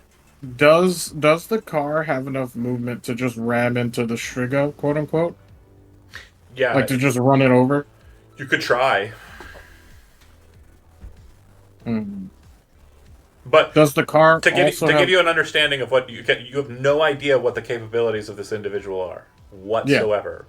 Yeah, that's true. What you do know is that a car driving at about 20, 30 miles per hour is typically enough to incapacitate a full-grown human adult if it hits Yeah. it head on. Okay. Okay. Incapacitate and or kill a human adult. Can this car go 0 to 60 in like a couple seconds? So that depends on your driving. If you want to try it, you need to stop Ooh, okay. asking questions about what you don't You're right. know. You're right. I'm You gonna just try it. I'm gonna try it. Yeah. I'm gonna try it. fuck around. You- Then If we you got find some out. luck points, If you want True, I do. And everybody's luck point should have reset at the beginning of the session. I wish I would have thought of that for that evasion roll. I'm gonna drop 4 luck points on this roll, on the driving handling roll thingy. Okay. And I'm gonna try to just run him over, see how it works. So you're gonna roll drive again. There's a bit of a distance that you have to Not go. bad. So first off, how many points did you spend? 4. Okay. So it's 25. So you're driving the car full U-turn, pulling around onto the sidewalk and driving straight on the sidewalk towards them. Yeah. What you didn't take into account in that process is that in between you and the gunner are Letty and Bucket, who are currently dashing for cover. Okay. Great. Now, Do you guys want to make evasion rolls? hold on. Don't worry. I'm not worried about you. You're not there yet. You're literally just coming around the corner. You did a lot there. Like you you fully U-turned, and then hard right started to power on that with like the loud screeching tires, like leaving a nice black tread. You're like moving that way. You aren't hitting me yet. Okay. There's a lot of space there. I said half a block. Right. Oh, half. Yeah, you're right. A lot of sorry. space. My bad. So Mooney, you see bullets start to hit the front of your car, hit against the windows. They are high impact, so they're actually causing it to crack and the tempered glass kind of like across the side. Not the windshield, just the side windows, because that's where they were running to. But before that all happened, you did see that Bucket and Letty were moving towards your car like they wanted to get into it. So I'm going to ask you, the situation as it's been explained to you, what would you like to do? And it's very simple, this answer. It's so simple, I know that Chandler knows the answer. He knows the answer that needs to be said for his goal and dream to happen. But if you don't say it, then he's going to be sad. And I'll let him talk if he wants to. He can tell you the answer, but if you want to think of it yourself, that's cool too. I'm panicking at the moment. He decides what he wants to do. No, you as the player can tell him whatever you want. I would love for you to pull in front so we could all get in. I know you like Letty a lot more than Bucket. Hold on. I want to make sure we're clear here, Chandler, because I think you know what I'm saying, but I just want to make sure it's clear. You said I should be able to open the door and jump into the car for cover, and I said no, because opening the door is different than going for immediate cover. So what do you need to happen for you to go for cover in the car? Zach just posted it in the chat.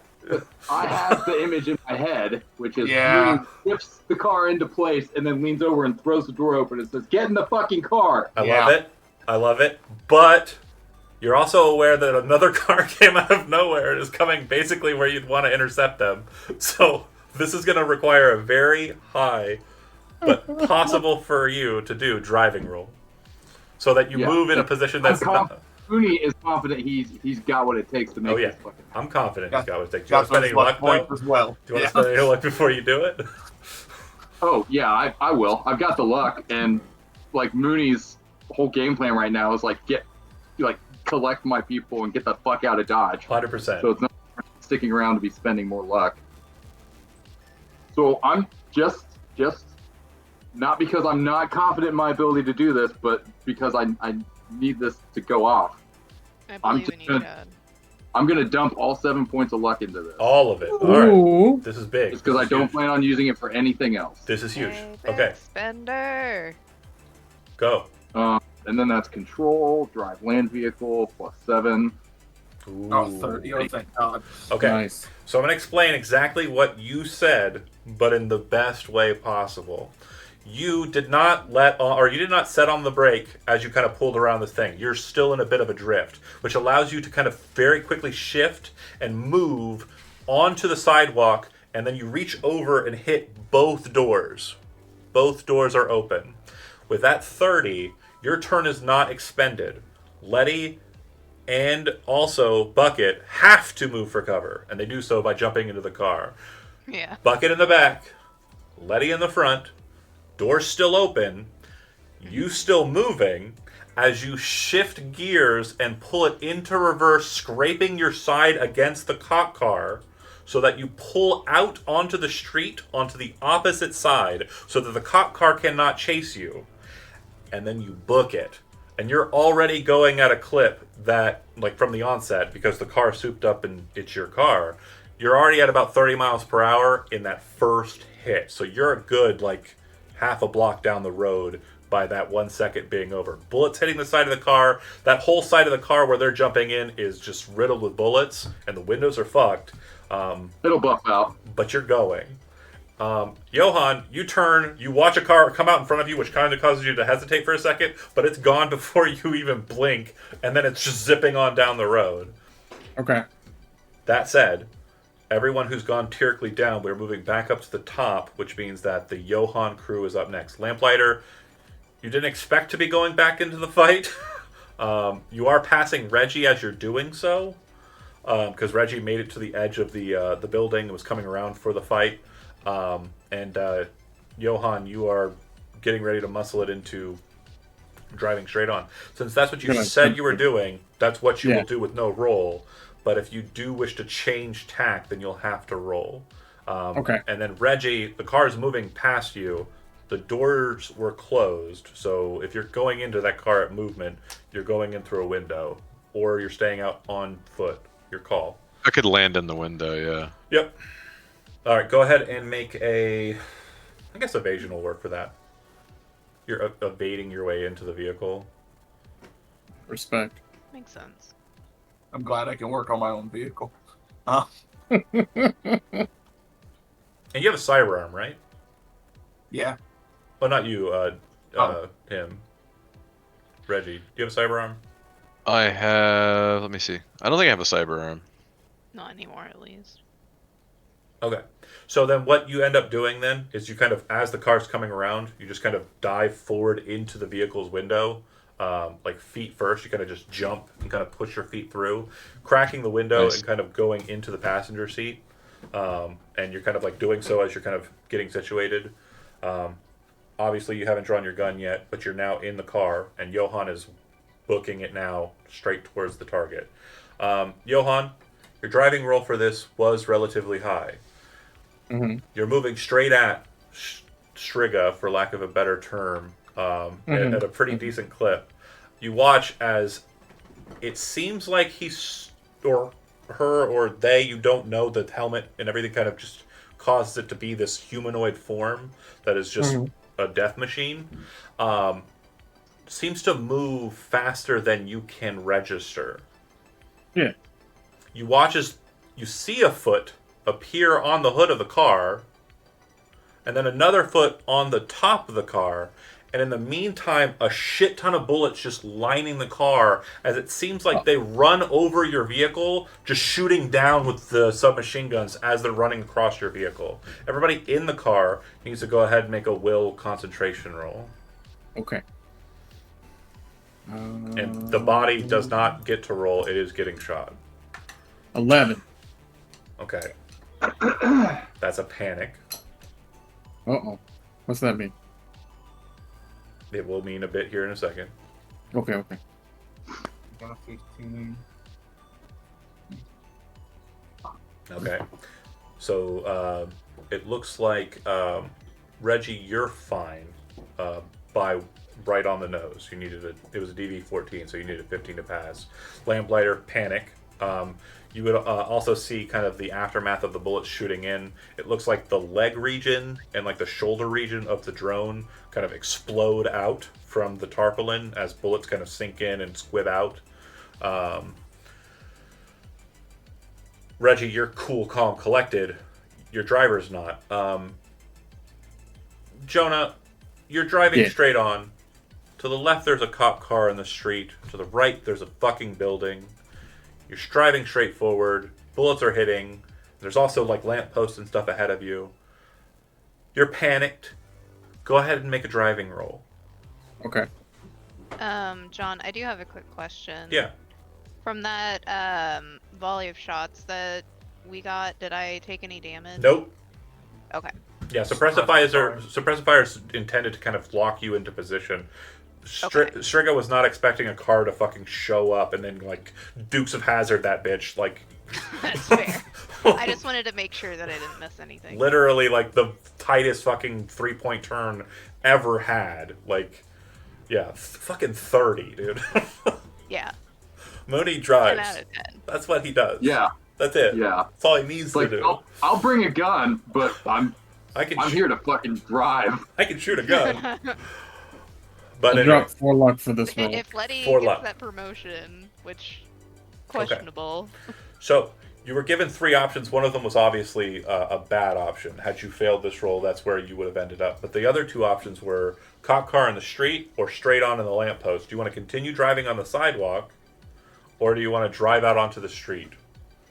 Can I avoid the cop car or no? We'll discuss that based on your result. I'll go onto the street. On the street. You managed to pop out onto the street, kind of hitting the back end of the cop car, but not slamming into it dead on, causing it to be hit a second time, and drive out basically straight out after Mooney. Okay. Fuck yeah. Okay. There's definitely gunfire happening behind you. In I would say the rear car, which would be Johan's car. Lamplighter, as you kind of turn and look back out that way, you would watch as it appears that that person, after jumping over and shooting you, is just disassembling the NCPD like car and people that are in it. Like there's literally a very key thing that you would note here. Whatever that was has a very high grade, a very, very high grade Sandevistan. Like they are moving way faster than any human being has any right to. Just whipping around the car and tearing them to pieces. Did you get all that? Oh, I don't think he was on the... So, to explain again, Michael, you're in the back seat of the car that's leaving last. You turn and look behind you, and you watch as whoever that was is just disassembling that cop car, literally ripping the people inside of it apart. And they're moving faster than any person has any right to move. If you're familiar with a Sandevistan, everybody who's watched Edge Runners is familiar with a Sandevistan. They appear to have one. But yeah, they are absolutely killing the crap out of those cops. But you too are driving southbound and down. So you're heading, basically, you'd be heading this direction. Where do you want to go? Yeah, we're going to Bucket's garage, right? We could. Don't drive straight there if you can, please. I don't want them knowing exactly which direction to go right off the bat. Yeah, you're pretty sure that with NCPD being involved, it's going to be kind of a need to kind of clear a lot of the city center area, because even though you don't think you're being watched, you're being watched. Yeah, gotcha. Well, Mooney's no slouch in dodging the cops department. We've done it before. Do it again. I lean up to Mooney and say, I'm pretty good at fixing vehicles. I'll pay you back for this. Well, I'm pretty good at fixing vehicles too, but I appreciate that. We, maybe we can do a little bit of shop talking whenever we lose the fuzz. And then I look back at the like caved in body that I just threw in the car. She's kind of like breathing a little bit more regularly. Caitlin, that is. And she's kind of looking at you like, holy shit. Oh, they told me how bad they were, but I thought they were lying. What was that? She took a fucking dragon's breath right to the chest. Or I forget what the dossier said. What was it? Their name's Striga. It's a... yeah. We'll talk more later. Mooney's heard that before. I believe in game, yeah. Yeah. I don't So he think kinda, like, Letty first has, eyebrow, though. I don't but have it on my notes. Way more. Yeah, I think Letty was there too. Oh, she was. Would it be like? Yeah, Would it that be was like the conversation we had in the diner. Oh, that's right. What was it, Bucket? Would it almost be like a rumor or a legend through Miltech? Miltech. Yeah, I guess that's true. Let's see. Do you have what is it? I'm trying to think of the name of the knowledge for the local. Streetwise? Streetwise is not what I want. It is under education, and it is called. It is under education, and it is called Local expert Night City. If you have local expert Night City, you can make a roll on that. Okay. Anyone or no? Anyone that's in the car currently talking. 17 is not sufficient. Damn. Okay. It's your first not, crit roll for the whole game, I think. Jesus fuck. And they weren't enough. I just want to point that out. Is that in Mooney's car? Or? Yeah, in Mooney's car. So Mooney's just car, me, yeah. Letty, and Mooney. Right. And Mooney already knows about it, so just be Letty. Since they kind of jumped onto the conversation, we're going to do their car first. Yeah. But, yeah. Letty, did you want to roll for... Or you already have knowledge on it. That's right. Yeah. What you know is what you know. Right. Well, I did not think that we would see one up close. Glad that you are the best driver in Night City that I know. I love the caveat at the end there, that I know. I just watched what he did, and I kind of just stare at Letty. I'm like, just the best is sufficient. Well, keep in mind. Is there any first aid I can be doing? Or anything like that? So if we scroll back up, you look at critical injury. If you have paramedic or if you have paramedic, you can. Otherwise, you can't. I have paramedic 11. You have paramedic 11? Yeah. Nice. Okay. So yeah, you could make a paramedic roll. Okay. I didn't know you did med stuff. Did you roll another? God damn it, this guy. Damn. That's a 31. Okay, well apparently he's a better med tech than tech as far as we know, because we haven't seen any tech shit happen. He thinks about it for a second. He's like, when you think about it, the body is really just a really complicated machine. Dan, I do want to stress this, and I want to make you feel bad about it. Your first session of Reggie was the exact opposite of his first 2 sessions of Bucket. You rolled one after one after one, and this guy stole all your luck in the future. And I want to point out that I did not roll a single good roll the first session. Every roll failed my first session. Every single one. That's not every single roll. I didn't hit a single shot. I didn't do anything the first roll. Well, I guess I just remember it being awesome. I'm sorry, Dan, to try and make you feel bad. I feel fine, John. Why would I feel bad? I don't know, because I'm a jerk. But you did roll bad on your first session. In response to Letty's comment about Mooney's driving, he'd be like, "You offer me a job? If I get this promotion, you can be my full-time driver." I'll take it. Do you have since you're the lead card, do you have a goal in mind as to where you want to go? I believe we're going to Bucket's garage. That was going to be his next question, was where are we going? Okay, we'll get to that in a bit. I mean, he's going to definitely put an emphasis on, laying low or, kind of getting to their location by the most discreet route possible. Since you have, busy driving that you're doing, because you have to kind of lose them, you'll probably do kind of a bit of a circuit of the Glen, and then kind of move back to the canal side, and then make your way into the kind of narrows where Bucket's garage is located. That said, the back car, your option is to follow them. You can maintain a tail on them, or you could go anywhere else. So Reggie, you're in the front seat, Lamplighter in the back with the drone who's wounded, and Johan, you're driving. Will it? Yeah, I'll just follow him. Okay. Yeah. Anybody? How significantly wounded? If you take a gander back, you'd see that there appears to be kind of shoulder hit near around the clavicle. There is a scrape in the tarpaulin, but you can't tell whether or not it hit face or not. It doesn't look like a massive amount of dark blood is coming out of the tarpaulin, which makes you think that there wasn't a headshot, towards the aorta or what have you. And then there looks like there's a shot in the thigh area. but neither of these are kind of bleeding super like. They don't need intervention right now. They don't. They're stable enough. Yeah, they're dead, Jim. They don't look like they're dying any more than they probably already were, or may not have been. I don't know. Could go either way. We'll see. Harp, Reggie. But yeah, do you folks have any conversations inside, or like try and kind of posit who you might have just gone up against? Mostly Johan's just freaking out that this creature was able to just jump on the vehicle and just be like, no, motherfucker, and started shooting.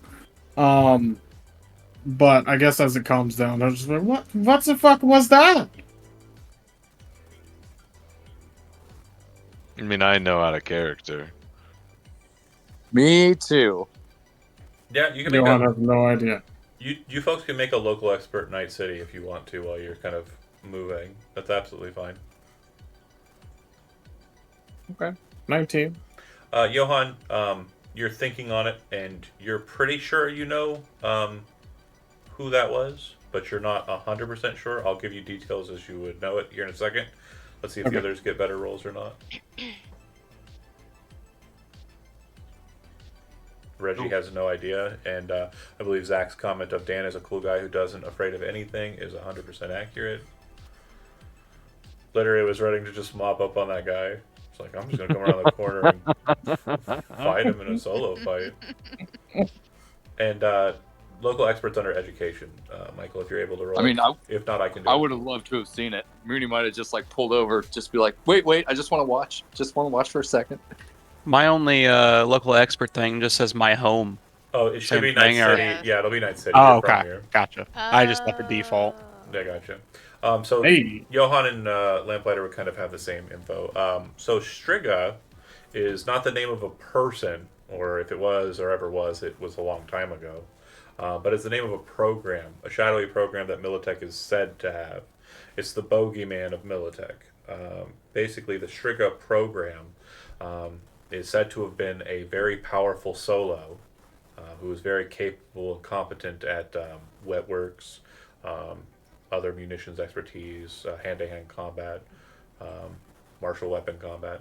And they were tested and put into a full-body conversion unit. And it's believed that Militech, anytime you find a Militech Borg or unit that is fighting you, it is Striga. It is the bogeyman of Militech. They basically take the, very similar to an Atom Smasher, put it into whatever they need to fight. The thing that Johan would know, being kind of associated with what he's at, is the Striga program is a real thing that you're aware of being in existence, but you do not know who runs it. And then Lamplighter, the bogeyman side of yours for being a netrunner, is that it's not the same Striga every time. They have the processes to clone the nervous system, spinal column, and brain of the solo they had. And so every time it's lost a field, they have the original one, they duplicate it, core it, and then put it into a unit and send it out.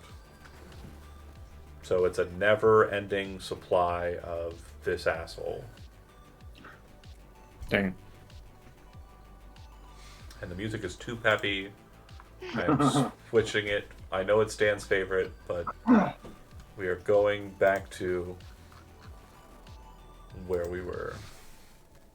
Okay, so we make our way to Bucket's garage, and once we get there, I do believe I posted in the Dark Skies a picture of the exterior. I don't know if I did or not.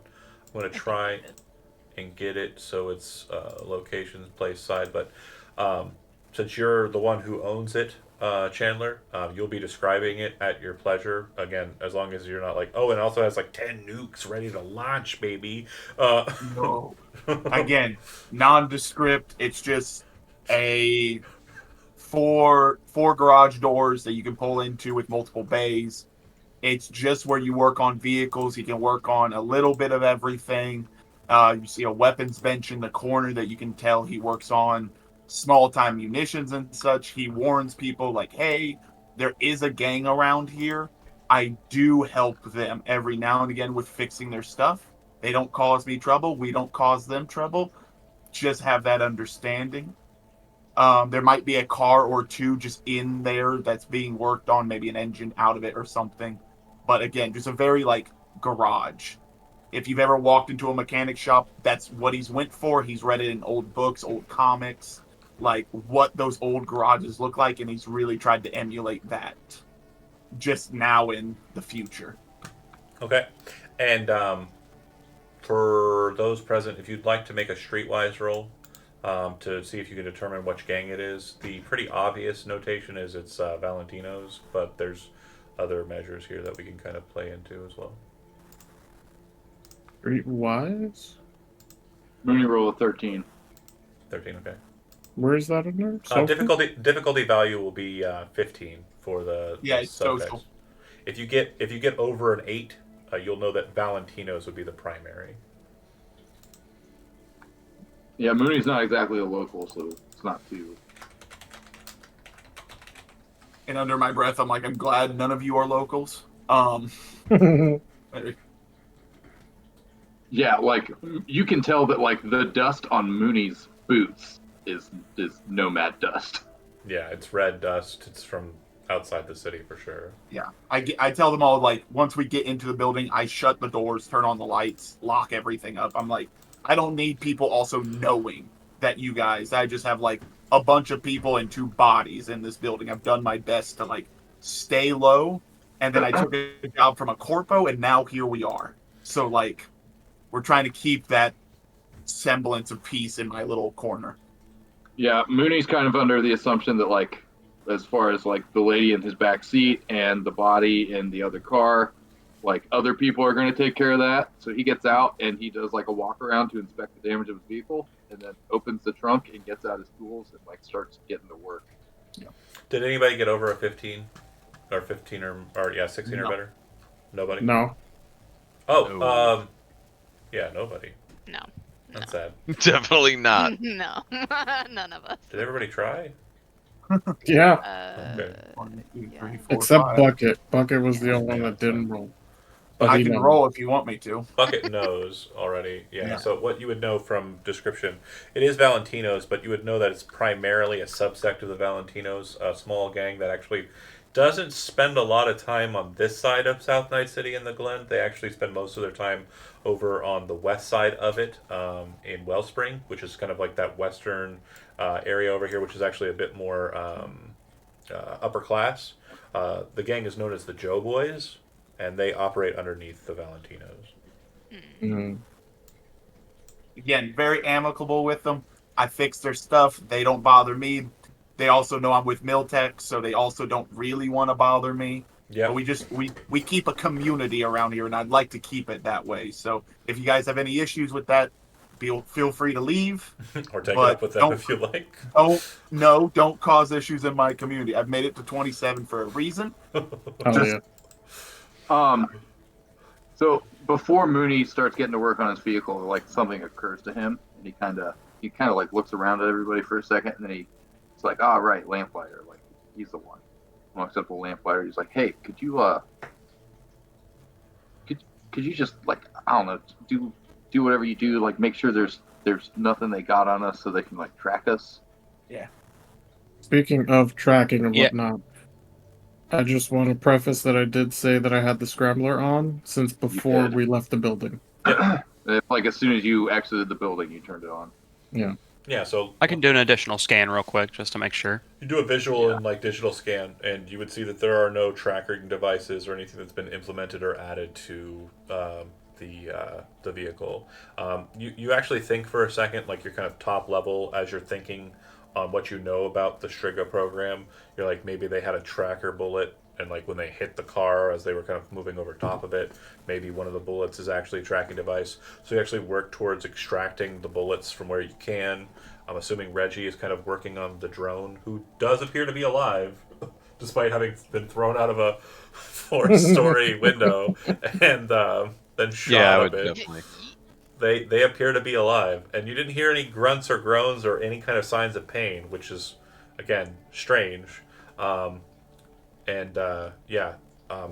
bucket would have decompressed the lung and helped Caitlin in there. So as she's kind of getting out and about, she would say, he's not going to react to any pain, but you should stop and staunch the bleeding. It doesn't really matter if he's broken apart besides that. As long as his heart's still pumping, the drone's still active. Just not quite. She smiles. How'd you manage to secure that thing? It gave us a hell of a time. Yeah, well, Militech secrets, really. Mostly just on how to kind of stop something that has specific bylines in its code. Anything you might want to share in case we ever run into that fucking ghoul again? I don't think it'll help with that. Okay, well, doesn't hurt to ask. But I do want to point out, I still have her shotgun. I have not given it back. She's not asking for it. Okay, I'm just pointing that out, that's still with me. Yeah, her main thing is she wanted to explain about the drone to whoever was kind of working on it. So, Dan, if you'd like to go ahead and make a paramedic, or what's the bigger version of it? Surgery? Yeah, surgery. Surgery would probably be better, because, again, her chest is not fixed. It's just quick fixed. So if you'd like to help the drone, it'll be a paramedics or surgery, your choice. Difficulty value 13 or 11. And then for him, or for her, Caitlin, she needs DV 15 surgery to fix her lung. We'll try so after his questions, comments, and such, Mooney's just going to kind of fade into the background, start working on his car. So that's a -1. That'll be on the drone. So the drone starts to bleed a bit. Wait, I can't do surgery anyway. I don't have it trained. Oh, you don't have it trained. You can't make a surgery check. I'm only a paramedic and then meds. Oh, okay, got pharmaceuticals. Okay, so she says she's going to need to get to someone to get her lung fixed because it's still compressed. It's just quick fixed. Would I know any doctors? I was about to say, I only have paramedics. She needs surgery. Would I know any doctors around here that I could pull a favor? As we discussed, you do have some contacts with a Ripper Doc across the water. Ripper Doc, who goes by the name Buzzard. I believe he talks in a cool accent and is played by Steve in our community. If you would like, you can drive her over with your car to go get her fixed. We'll work that role play out. If you want to go and help her, but you'd be leaving them in here with your garage. Or you can have Mooney drive him over to the Ripper Doc, because I'm sure Mooney would let you know that he knows the very same Ripper Doc. Okay, if me and Mooney both know the same doc, I would ask Mooney if he's more comfortable staying here with the group in my garage or taking her to the dock. I would ask for his opinion on that, because at this point, I've already about died with these people. So, leaving them in my garage, of all things, isn't the biggest worry. But I would ask Mooney if he'd rather just keep working on his car or take this chick. And this would be up to you, John. If I would have another car I was, working on I could drive that wasn't riddled with bullet holes. I would say... Just for the quick jaunt. I would say that you'd probably have a car that's not yours. That you're pretty sure, as long as they don't get shot up and blown up, they'd be okay just driving across the pond there. Then I would tell Mooney, hey, as another guy who works on vehicles, you're in charge of my shop while I'm taking her to the dock. I know Letty's in charge, this, that, and the other, but you're in charge of the shop. Anything that's happening in here, this is your area. I'm going to take her to the doctor. All right, I'll be honest. You got anything to drink? Because, Yeah. Just I point to the fridge. I point to there's probably a door that leads to a living area and everything. Hey, just make yourself at home. Don't take everything. Yeah. No, it's fine. Don't you worry. Don't you worry about a thing. Do you? I might have myself a little nip, but I got work to do. And when you put down living costs, Chandler, did you put down pre-pack or kibble? I did not put down kibble, I'll tell you that. It's definitely pre-pack at the best. All right, cool. So then, if you pop open that fridge, you would note that there is some pretty good Kabayan stuff in there. And it looks like drink-wise, the drinks are neatly sorted at the top. There are several cans of synth alcohol, Mostly probably beers, right? Does that sound fair for Bucket? Yeah. He seems like a beer drinker. I mean, yeah, nothing goes with working on a truck or a vehicle like drinking a beer. And then there are probably a couple of like they're not Capri Suns, but they're similar packs, but with like a screw on top, and they're like fruit juices, like high octane fruit juices, which will like kind of in the morning you pop one, and it's like refreshing. Get you moving. Yeah. Get you moving. It's better than coffee. Yeah, I also, again, a little bit of a selfish reasoning. I want to talk to her alone and ask her how she's made it this far. I already have an idea, but I want to know a little more specifics if she's willing to do that. And I get that does not have to be during this time. Oh yeah, well you're going to be driving her over. We'll handle that drive and the end point to conversation here in a second.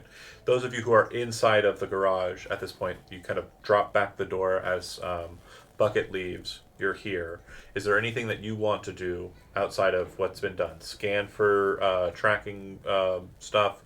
Start kind of just kind of bit repairs, like a soft weld spot on like bullet holes to kind of just tab them or tab them closed.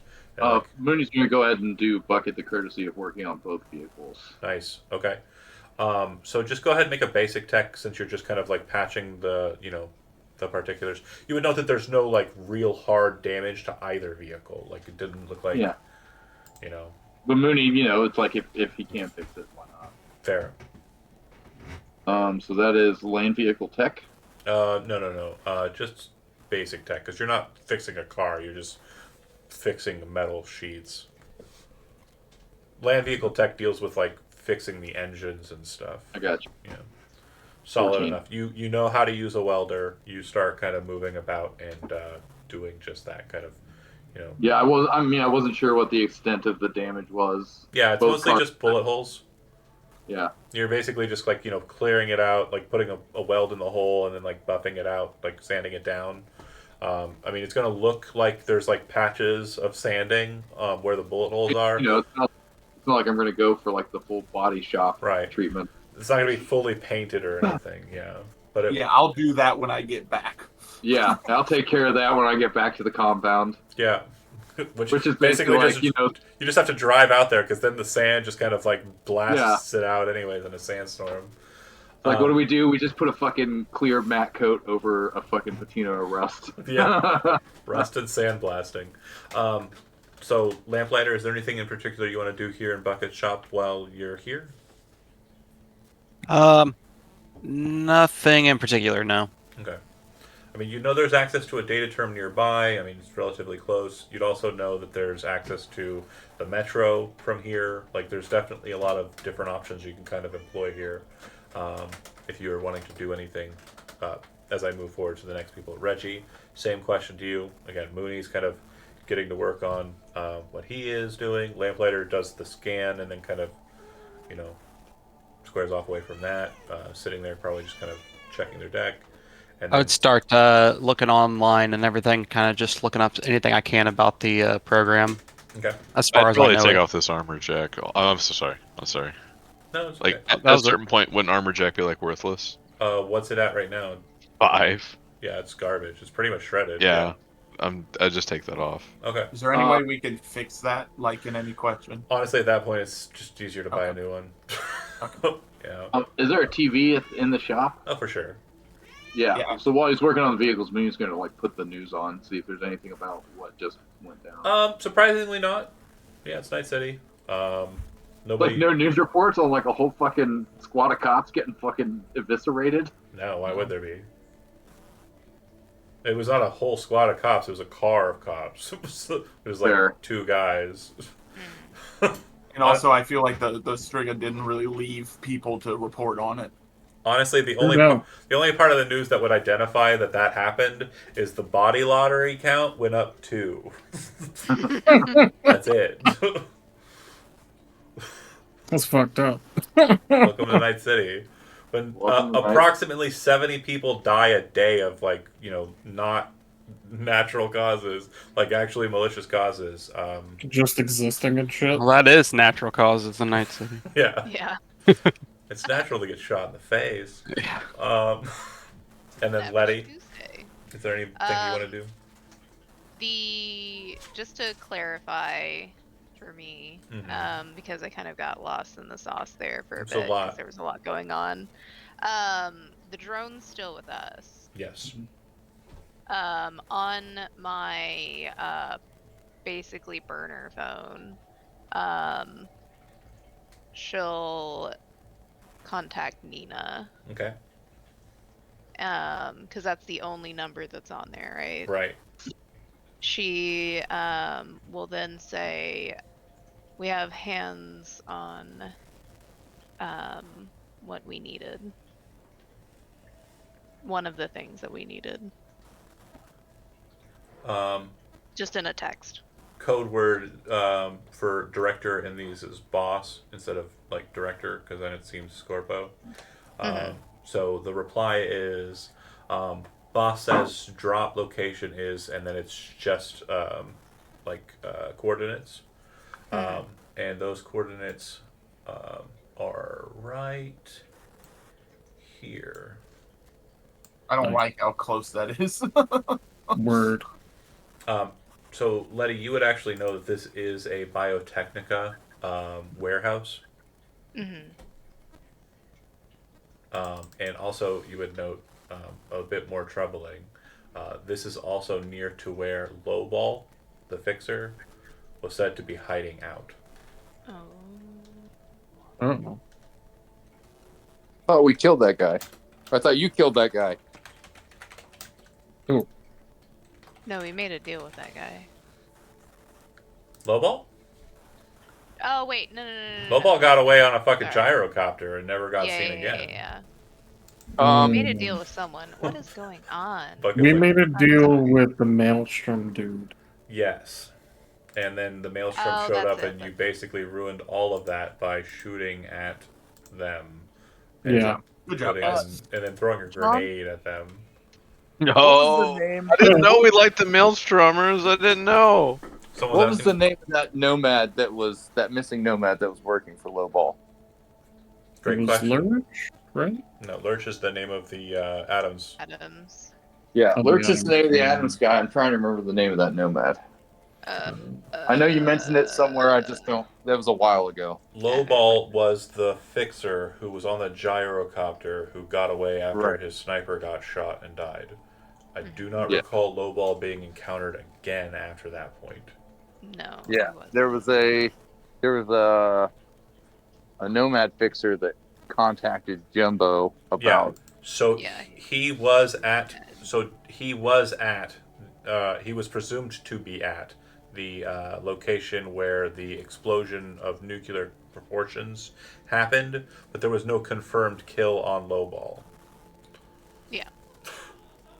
Yeah. So what I'm saying is that hideout, that location, is the place where the big explosion happened. I'm not saying that's where Lowball might be operating, but I'm also wanting to stress there was never a confirmed kill on Lowball. Yeah. The whole place burnt and then nuclear fizzled to nothing. Sorry, everything I just mentioned is all besides the point of this session. No worries. It's super besides the point. But also in the chat, Zach was like, "Wait a minute, what? We killed that guy, didn't we?" Like, no, you killed his entire crew. Yeah. Neat. And blew up a lot of shit, but you do not have a confirmed kill on him, or whether he was even there for sure. Killed everyone he worked with, though. I love you, Zach. Don't you worry about it, buddy. So, again, that's what that location is. I want to stress that location is, as you recall, a bit of a hot zone, not just because of the nuclear problem, but also because of the location being kind of not great. So, that's where Nina says the drop-off will happen. You're going to drop it off at that warehouse, which is maybe like 3 blocks away from, or 2 blocks away from that location. Right.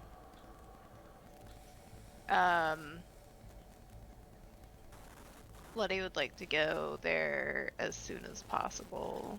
Okay.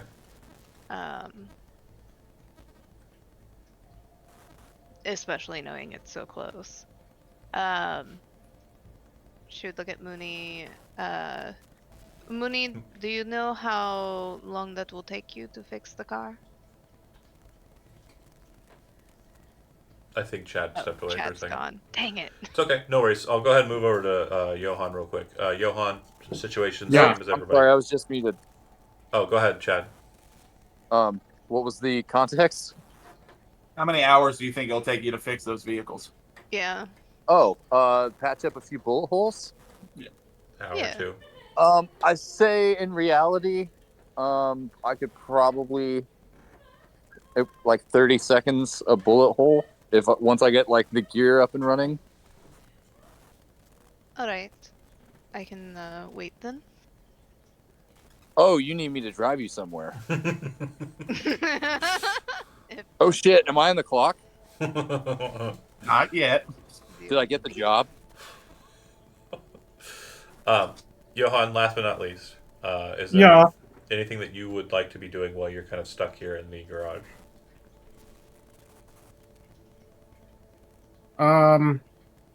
So the whole deal, it just involves me and Letty, right? In order to get Fisk off the payroll.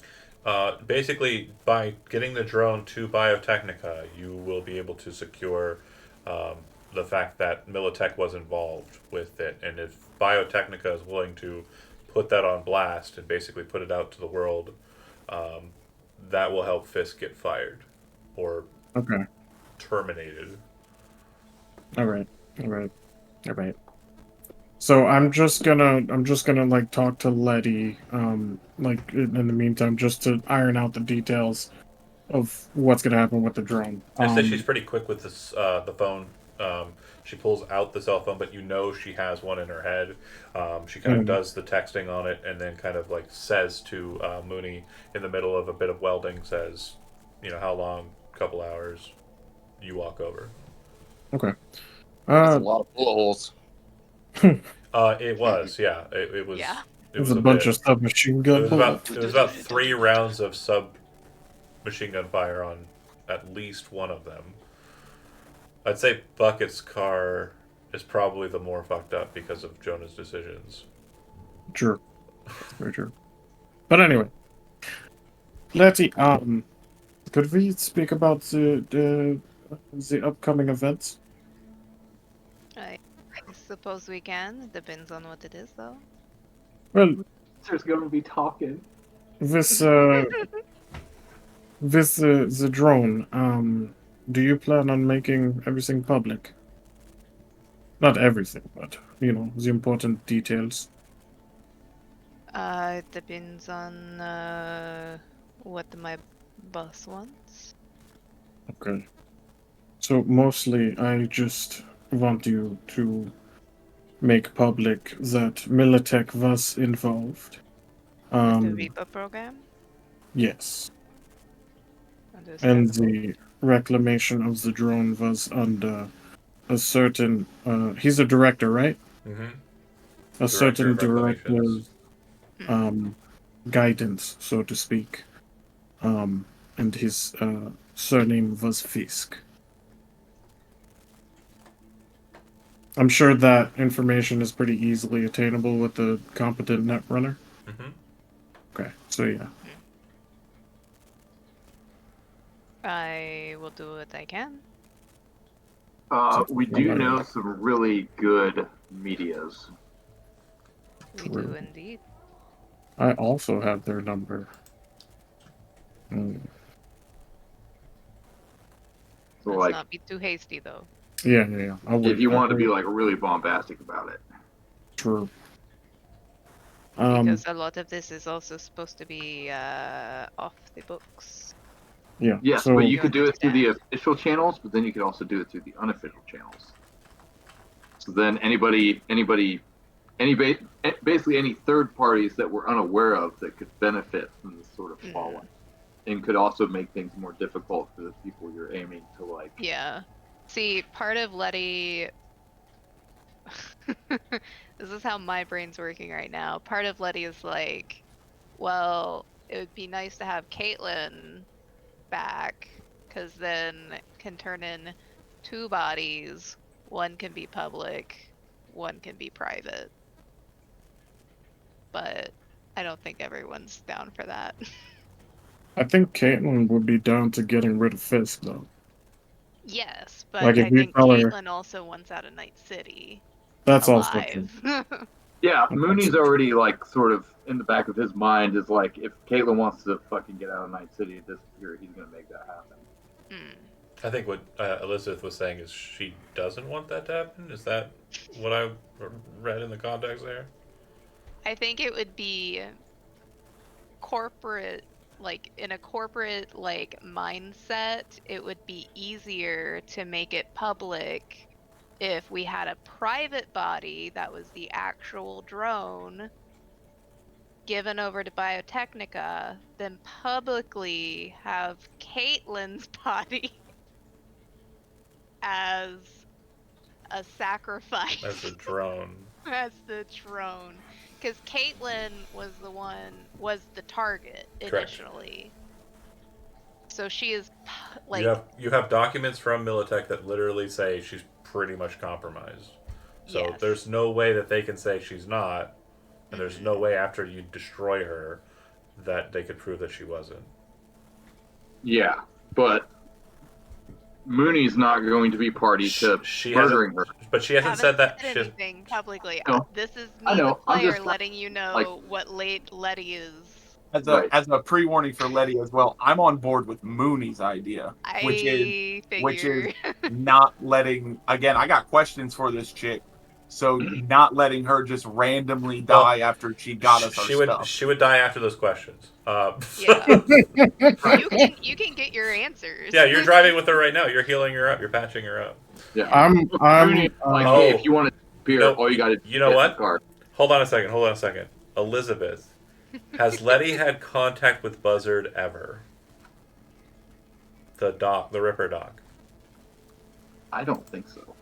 I don't think I've ever directly worked with Buzzard. I've just worked with the people that he knows. Okay. Because I was going to say, if you have, and you have a connection there, you could put a call to Buzzard and say, I know. Hey. And I have. Oh, it was an accident. It was great. I'm just going to point out that I would be there and have a high enough paramedic and first aid skill you don't to have surgery though. You don't have surgery. I can see when something goes wrong though on purpose. I'll be honest. I slipped. I literally switched my DMs to Steve to be like ready to ask him if that were the case. But you do not know Buzzard in character enough to be able to kind of posit that. Yeah. And they would not have selected a different doc for any reason because again, Bucket works with them. And Johann's worked with Buzzard before. Yeah, but we did that. There's no reason for you to get on board with Letty's idea. Shit. All right. Is there not? I mean, if she's dead, that helps. I think not Letty. The perfectly works for Johann's favor. It's a win-win-win. It's a win-win situation for the Corpos boys. I'm sorry. Only if Letty wants to tell Johann her idea, we'll let it happen. But if not, that's okay. Oh, there's no like fucking mind reading, and I can't just text you this. You can text me. You have my number or Johann's number. Yeah, but not in my burner phone. I guess I could transfer it out. Well, no. It's up to you. Can you not be up here, baby cat? Buzzard's about to have a big payout. I know, right? I'm gonna double check real quick. I'm just gonna go to our pin post of who's been in what session. So Buzzard has been in episode 2 and guest appearance in 5 and guest appearance in 0. So in session 2, Letty was not there. In session 5, Letty was there. They have worked together. Oh, they have? Oh, then yeah. Sure. Yeah, he was the German doctor that hung out with you. What? I thought you said he was Jamaican. No. Oh, you said Jamaican earlier. Did I say Jamaican? You said Jamaican accent. Oh, no, I said he had an amazing accent. Amazing accent. Huh. Pretty sure he's German. He was. He spoke German in the second session. Yeah. Like Steve himself spoke German. Yeah. Like hot, no what? I think he said "Sprechen the Deutsch." No. It wasn't huge, but yeah. Oh my god, are you fucking doing this? I'm sorry. Oh my god, get the fuck out of here, Zach, and also gain inspiration. What? He was Jamaican some sauerkraut. Jesus Christ. God damn it. Get out of here. Oh my god. Oh. Son of a bitch. That's funny. So, as you plan your murder death cult, I'm going to skip to the side for a second. I'm going to reach out to Steve. Hold on a second. Hey, sorry, Steve. Do you think Buzzard would accidentally kill a man or kill a woman he doesn't know for money while she is being operated on by Buzzard? Okay. I'm so sorry. I'm driving. If he says yes, I'm driving this woman to her death. Yeah, you sure are. At a doctor that I have contact with and work with. Yeah, and you trust. But we'll get to that in a second. If Steve says no, Buzzard would not do that. He's a doctor through and through. Because I remember that being a part of his story. I just want to make sure that he is aware. We are. I don't know. Buzzard was pretty sketch too. If Buzzard says no, he wouldn't do that. Would he still know? So hold on. For role-playing context, I'm going to proffer that you have put forward a text positing this as an inquiry. Do you want me to write this out? The reply, no, because we're just doing it ad hocery. The reply was, "How much money? Who's the scab?"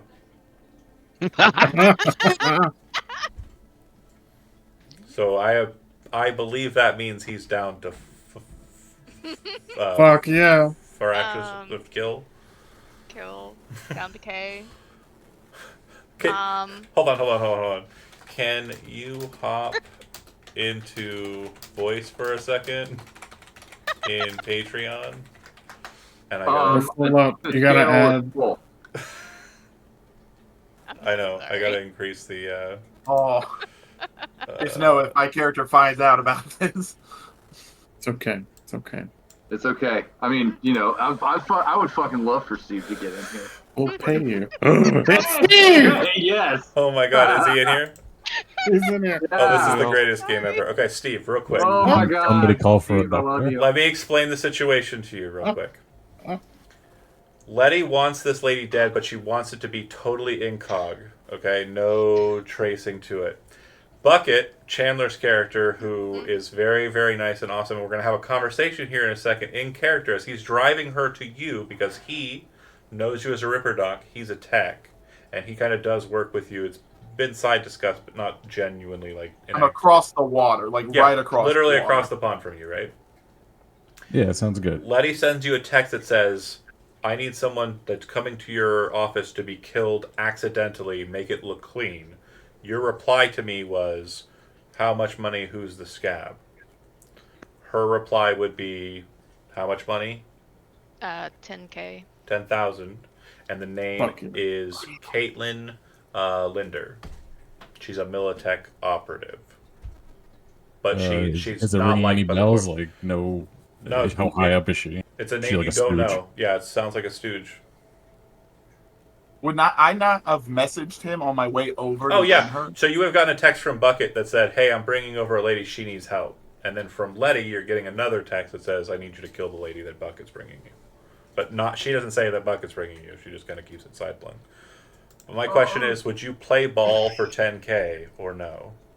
I mean, I'm not having, Chad loves it. Mooney would not. Oh, no. Sure. But welcome to Corvus. Yeah, those anesthetic valves, they sometimes just get... Her lung collapsed. So you actually have to fix her lung being collapsed. Yeah. So that could go. That could go wrong. So asphyxiation is probably the way to go then. Okay, cool. So what I'm going to do for you, my friend, is I'm going to just, because I'm going to roleplay it out, I'm going to go ahead and bring up your archived character. I use all my luck. I love you, Steve. Okay, well, you know what? I'm pretty sure of a man, and I appreciate it.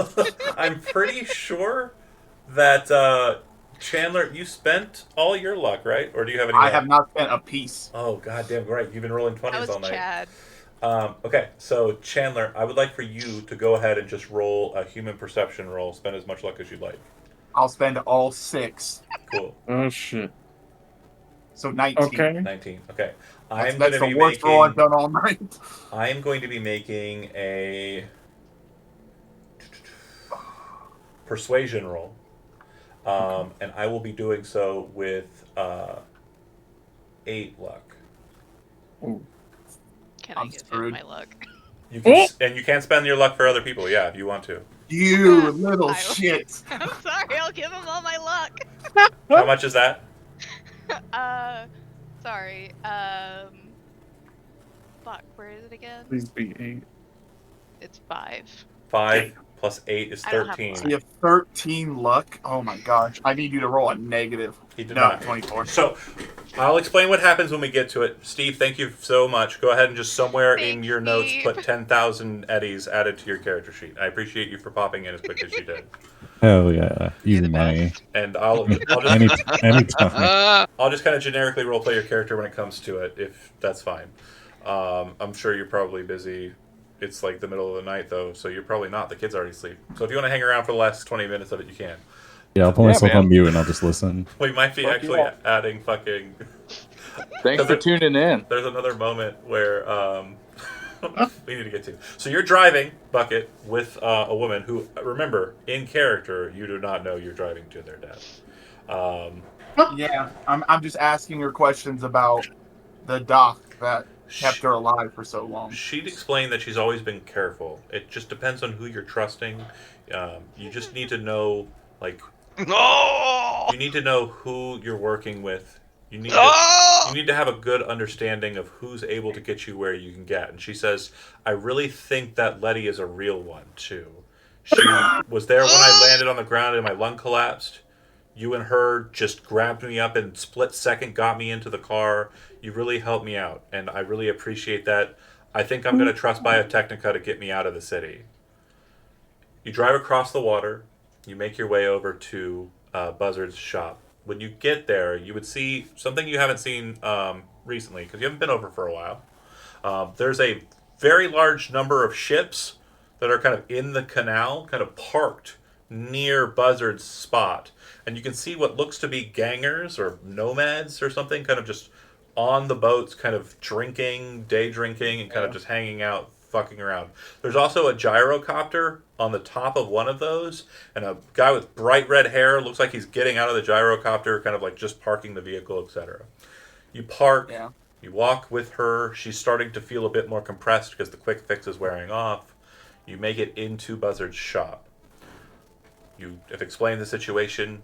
He looks very calm, collected, focused, ready to work. You can see all the tools have been cleaned, ready to work. And he gets to work. Do I get to stay in the room with him or no?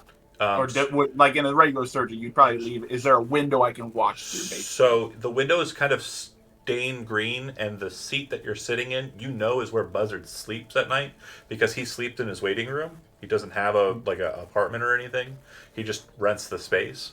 And the attendant and him kind of stay inside the surgery section and kind of work on it. Okay. You can kind of see and watch. And as you're kind of watching, I mean, you're paying attention, you're focused. And after about an hour and a half, you can see that something's kind of going wrong. And has been for the last 20 or 30 minutes, and you're not sure what's going on. I didn't call him Guinea because he doesn't know his name. Zach. He just knows he's a cool redheaded guy in a fucking gyrocopter. Anyway, back to the point. After a few more minutes after that, Buzzard comes out, and Steve, if you're still in here, how do you express the horrible news? Oh, so we're already done? Yeah, well, you've spent about an hour and a half fixing the problem, and the last 20 or so minutes of that was you murdering her. And sorry, and Bucket is her friend or acquaintance? You don't know Bucket's relationship to her. Yeah. You just know Letty. He brought her in. Letty wanted it to look like an accident. All right. Well, I'll come out a little. And that's somber. What your persuasion roll was for. Kind of sit on the futon next to him and I say, oh, shit, I haven't done my German accent in a while. I'm just not gonna do it. No. I love it. It's the hardest part of my job. She's her lungs, they're just too far gone. Collapsed. Too much trauma. I'm sorry. Do you need me to call someone to dispose of the body, or do you want me to take care of it? I tell him that she's an interesting case. She's been alive for 70 plus years, looking like that. Yeah, if you want to, you may want to research a bit, so you can do what you want with the body. Thank you for trying. She did have a run-in with. We would have all talked about the Striga, right? Yeah. I say she had a run-in with the Striga, so even making it this far was a good thing for her. So. Were you close with her? Was she a friend? No, she was someone I wanted some questions out of, but that doesn't matter now. Well, I would offer you a memento, but I guess it doesn't really matter. But I appreciate it. I have the memento. It's her fucking 100-round shotgun. That is still sitting with me. Yep. And it's filled to the brim with dragon's breath ammunition. Dragon breath. Which causes the person you hit with it to become burning. They take 2 damage unless they take an action to not be on fire anymore. She's pretty loaded with cybernetics then? That's how she stayed alive? She's a Militech individual. She has a number of cosmetic surgeries that have been implemented on her. You know who Rogue is in Cyberpunk 2077? Did you play 2077, Steve? No, I'm sorry. No, it's okay. She's the hot grandma. She's a hot grandma. She doesn't look like she's old, but you as a medtech know she's older. There are definitely some cybernetics that are kind of present in there. 2 cyber arms, and it looks like augmentations to the legs that are not full Borg, but they're kind of like implanted linear frame. If he's letting me keep the body, then I'll just kind of pat him on the thigh, just be like, "Don't worry about the bill. Like, scavenging her will cover everything." Yeah. Okay. And I get up. I look back into the room. I say sorry, tried our best, and I walk out, get in the car, and drive back to see what everyone else has been doing during this time, and also at this point to collect payment from Johan for the mission. One last bit of thing that I need to get out of the way. Mooney, you're too busy welding to be able to kind of pay attention to Letty and Johan's conversation and get any kind of context out of that. Reggie, you are not too busy because of what you said you were doing. And Lamplighter, you are also not too busy. But because you're kind of not really paying attention, kind of doing your own thing, but it's not like a super invested affair, I will be granting a -2 penalty to your roll. But the 2 of you need to make a perception roll to see if you've noticed something between Letty and Johan. You won't know the exact nature of it because they were kind of speaking in corpo tongue. But yeah. And I have the difficulty value set at 18. Oh, we got to roll. Okay, so Lamplighter with a -2, you're at 15, so that's a miss. You're just paying attention to your computer doing your thing. And then, do you want to I'll spend my 4 luck. Okay. So 19 will succeed. So you are aware of what the corpos just did regarding her, and basically you understand too, being kind of corporate tied, the political connotations of the transaction, why they did it, and why they felt it was right to do. Right. Whether or not you want to. Damn long life. This is the part where you throw a grenade. Letty still has them. Letty still has them. No, you handed them back to me. No. That was only if you went in. You didn't go in. Mooney's bag is right I'll there. delete them again. Mooney's bag is right there. It's right there. Good. So good. No grenades Wide for open, you. He's using his tools, the grenades. They're sitting on the table. I'm so glad I was able to make that happen. That was some of the best shit. Okay, so it's not over yet. That was a juicy like succulent story beat. Chandler, as Bucket's heading back, you kind of reach back, grab the shotgun, set it in the passenger seat, kind of looking at it. It's a very nice shotgun. I'll get you the stats for it. It's actually not just a shotgun. I think it's a Militech Crusher. I'll double check. I need all the stats for the Buria. I want that. I'll buy it. For the what? Johan, you're not getting this shotgun. The Tektronica RT-46 Buria. Yeah, I'll get you that here in a bit too. I think it's a revolver, big gun. But yeah, you head back.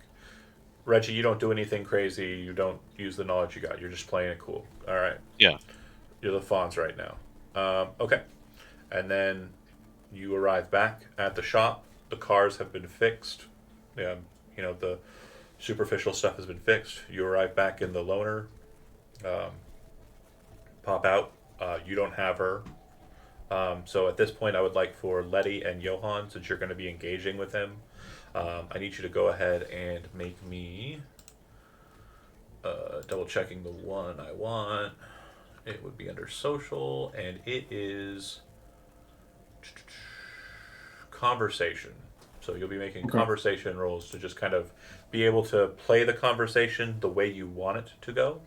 And Bucket, since you're not going to be thinking that anything. There's no way you would know. Go ahead and tell me what your base human perception would be. What the stat is for human perception. 10. 10? Yeah. Okay. So I beat Johan. So yeah. As you come back and you don't have the body, and not kind of like just mitigating through the conversation, so we don't have to have Jonah try and play caught on his ass and Letty play the stone cold stoic. You would definitely feel like, as you're describing like what happened there, like there's this strange, like just very inhuman kind of like uncaring attitude that Johan has in relation to you describing like how it went. Like it's kind of just matter of fact, like flippancy. But I would say because of the proximity and closeness, you kind of get a vibe like there's something off there, but you're also at a point where it could just be that Johan is a piece of shit. So it's entirely up to you how you want to play that. But it definitely feels like he's kind of like, it's almost like he's happy about it. It feels like he's happy that she died. I would understand that we both work for Militech and that this person was being hunted by them. Yeah. So I take it basically as like him understanding that like this was probably not going to play out friendly and that she got farther than we expected. So I would just take it as he's happy we all got out and it's just kind of flooding over into this situation. Yeah. He's not really getting emotionally hit because he's content. Yeah. I understand. Okay. That's the way it's playing. And then I'll leave it to you folks to decide what you want to do once the cars are fixed and everyone's regrouped. I would ask if anyone needs their jackets fixed, their armor fixed, because I do have a pretty... You probably have a couple armor jacks like on stock, like available for you. Yeah. Armor jacks are also useful in kind of mitigating things that happen during attacks work. Like if you're, welding, you're wearing an armor jack, it's fine. So that kind of stuff. I mean, I'm sure that would be like, getting my armor jack fixed or getting a new armor jack would be fair compensation for patching up the vehicles. Yeah. Okay. My armor jack only took one ablation. Do I necessarily need to change it? You can leave it slightly damaged. It just Nah, should be at Mooney likes to have shit and like tip I was about to say I have plenty of basic tech. I can fix these things pretty simply. With that being said, Mooney probably would have gone like the extra mile to make sure that his work looks fucking polished. Can I roll basic tech to see how good his work is? Yeah. Against this? Yeah, or perception, either way. I want to do basic. There. Damn. Jesus, dude, you've been hot all fucking night. It's except for the time where it mattered. Yeah. If she wouldn't have had her luck points, we would have tied on that roll. I just want to point that out. Me and the doc would have tied. True. It's very true. I'm so glad I did that. Anyway, I see Mooney and Bucket getting along very well. Yeah. So what you would at the end, you would note that it's good. It's definitely not perfection. The welds are kind of spotty, but the sanding did a great job, kind of covering up the problems therein. It's ready for a fresh coat of paint. What I'd like to focus on as we kind of come towards the close here, Letty, are you wanting to get? You're basically saying, Mooney, let's go. I need to drop the drone off, right? Mm-hmm. And who do you want to take with you in Mooney's car? You don't have to take anybody besides Mooney. You could just be you, Mooney, and the drone. But if you want someone to carry it, Reggie's probably your best bet. Yeah, I would say Reggie. Okay. You get there. You end up at the warehouse. The warehouse looks like it has closed signs on it and hazard signs on it due to its proximity. When you get there, you realize that just down the street is where you had the problem, the first Reggie problem. Mm-hmm. Can I take a beat? First Reggie, hey. Reggie Solutions. Can I take a beat before we hit the road? Yeah. Have a private conversation with Reggie. Sure.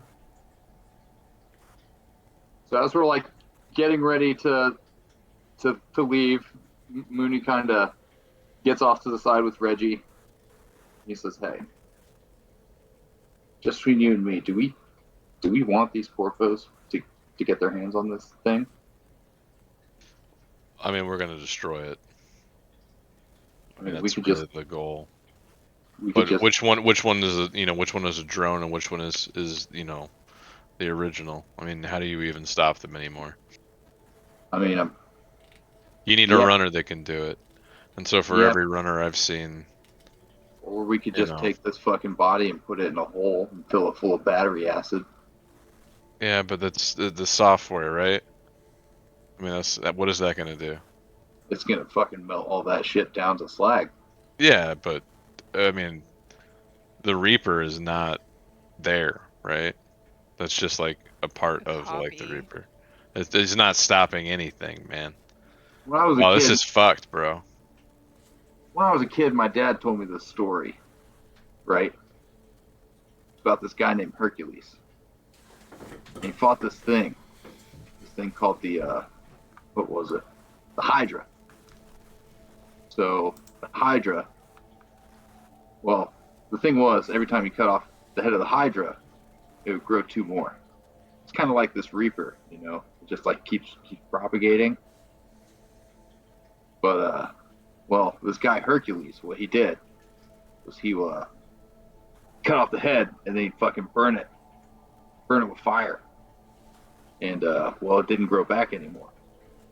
So you can worry about how many are out there, but if we find one, we gotta fucking snuff it out. Well, I mean, I don't disagree. Look, here's the question: is it more useful to understand it further, like to know its weakness, or is it better to just destroy it outright? I don't know, man. I'm not that big brain in the corp. I mean, that's fair. I just, I mean, if we just destroy it, I mean, yeah, that's fine. Chad was hoping for a sympathetic party, and Reggie doesn't seem to be it. Yeah, I'm sorry, bro. It's kind of like the whole thing, because like Mooney's not really inclined towards like the sort of vulnerabilities that the Reaper exploits. Yeah. He just knows that Reggie has a sort of he has skin in that fight. Yeah. But this is not the Reaper. Let me fast track it. So Reggie is going with you or not, Letty? You want the person to move the body? Okay. You get to the warehouse. Chad, the actual program. There's only got a couple minutes. Hold on. Sorry. Let me get to the. I promise you, it'll be worth it. It'll be worth it. So you get to the warehouse. Like I said, the fence is outside. Biohazard or warning signs, all this stuff, right?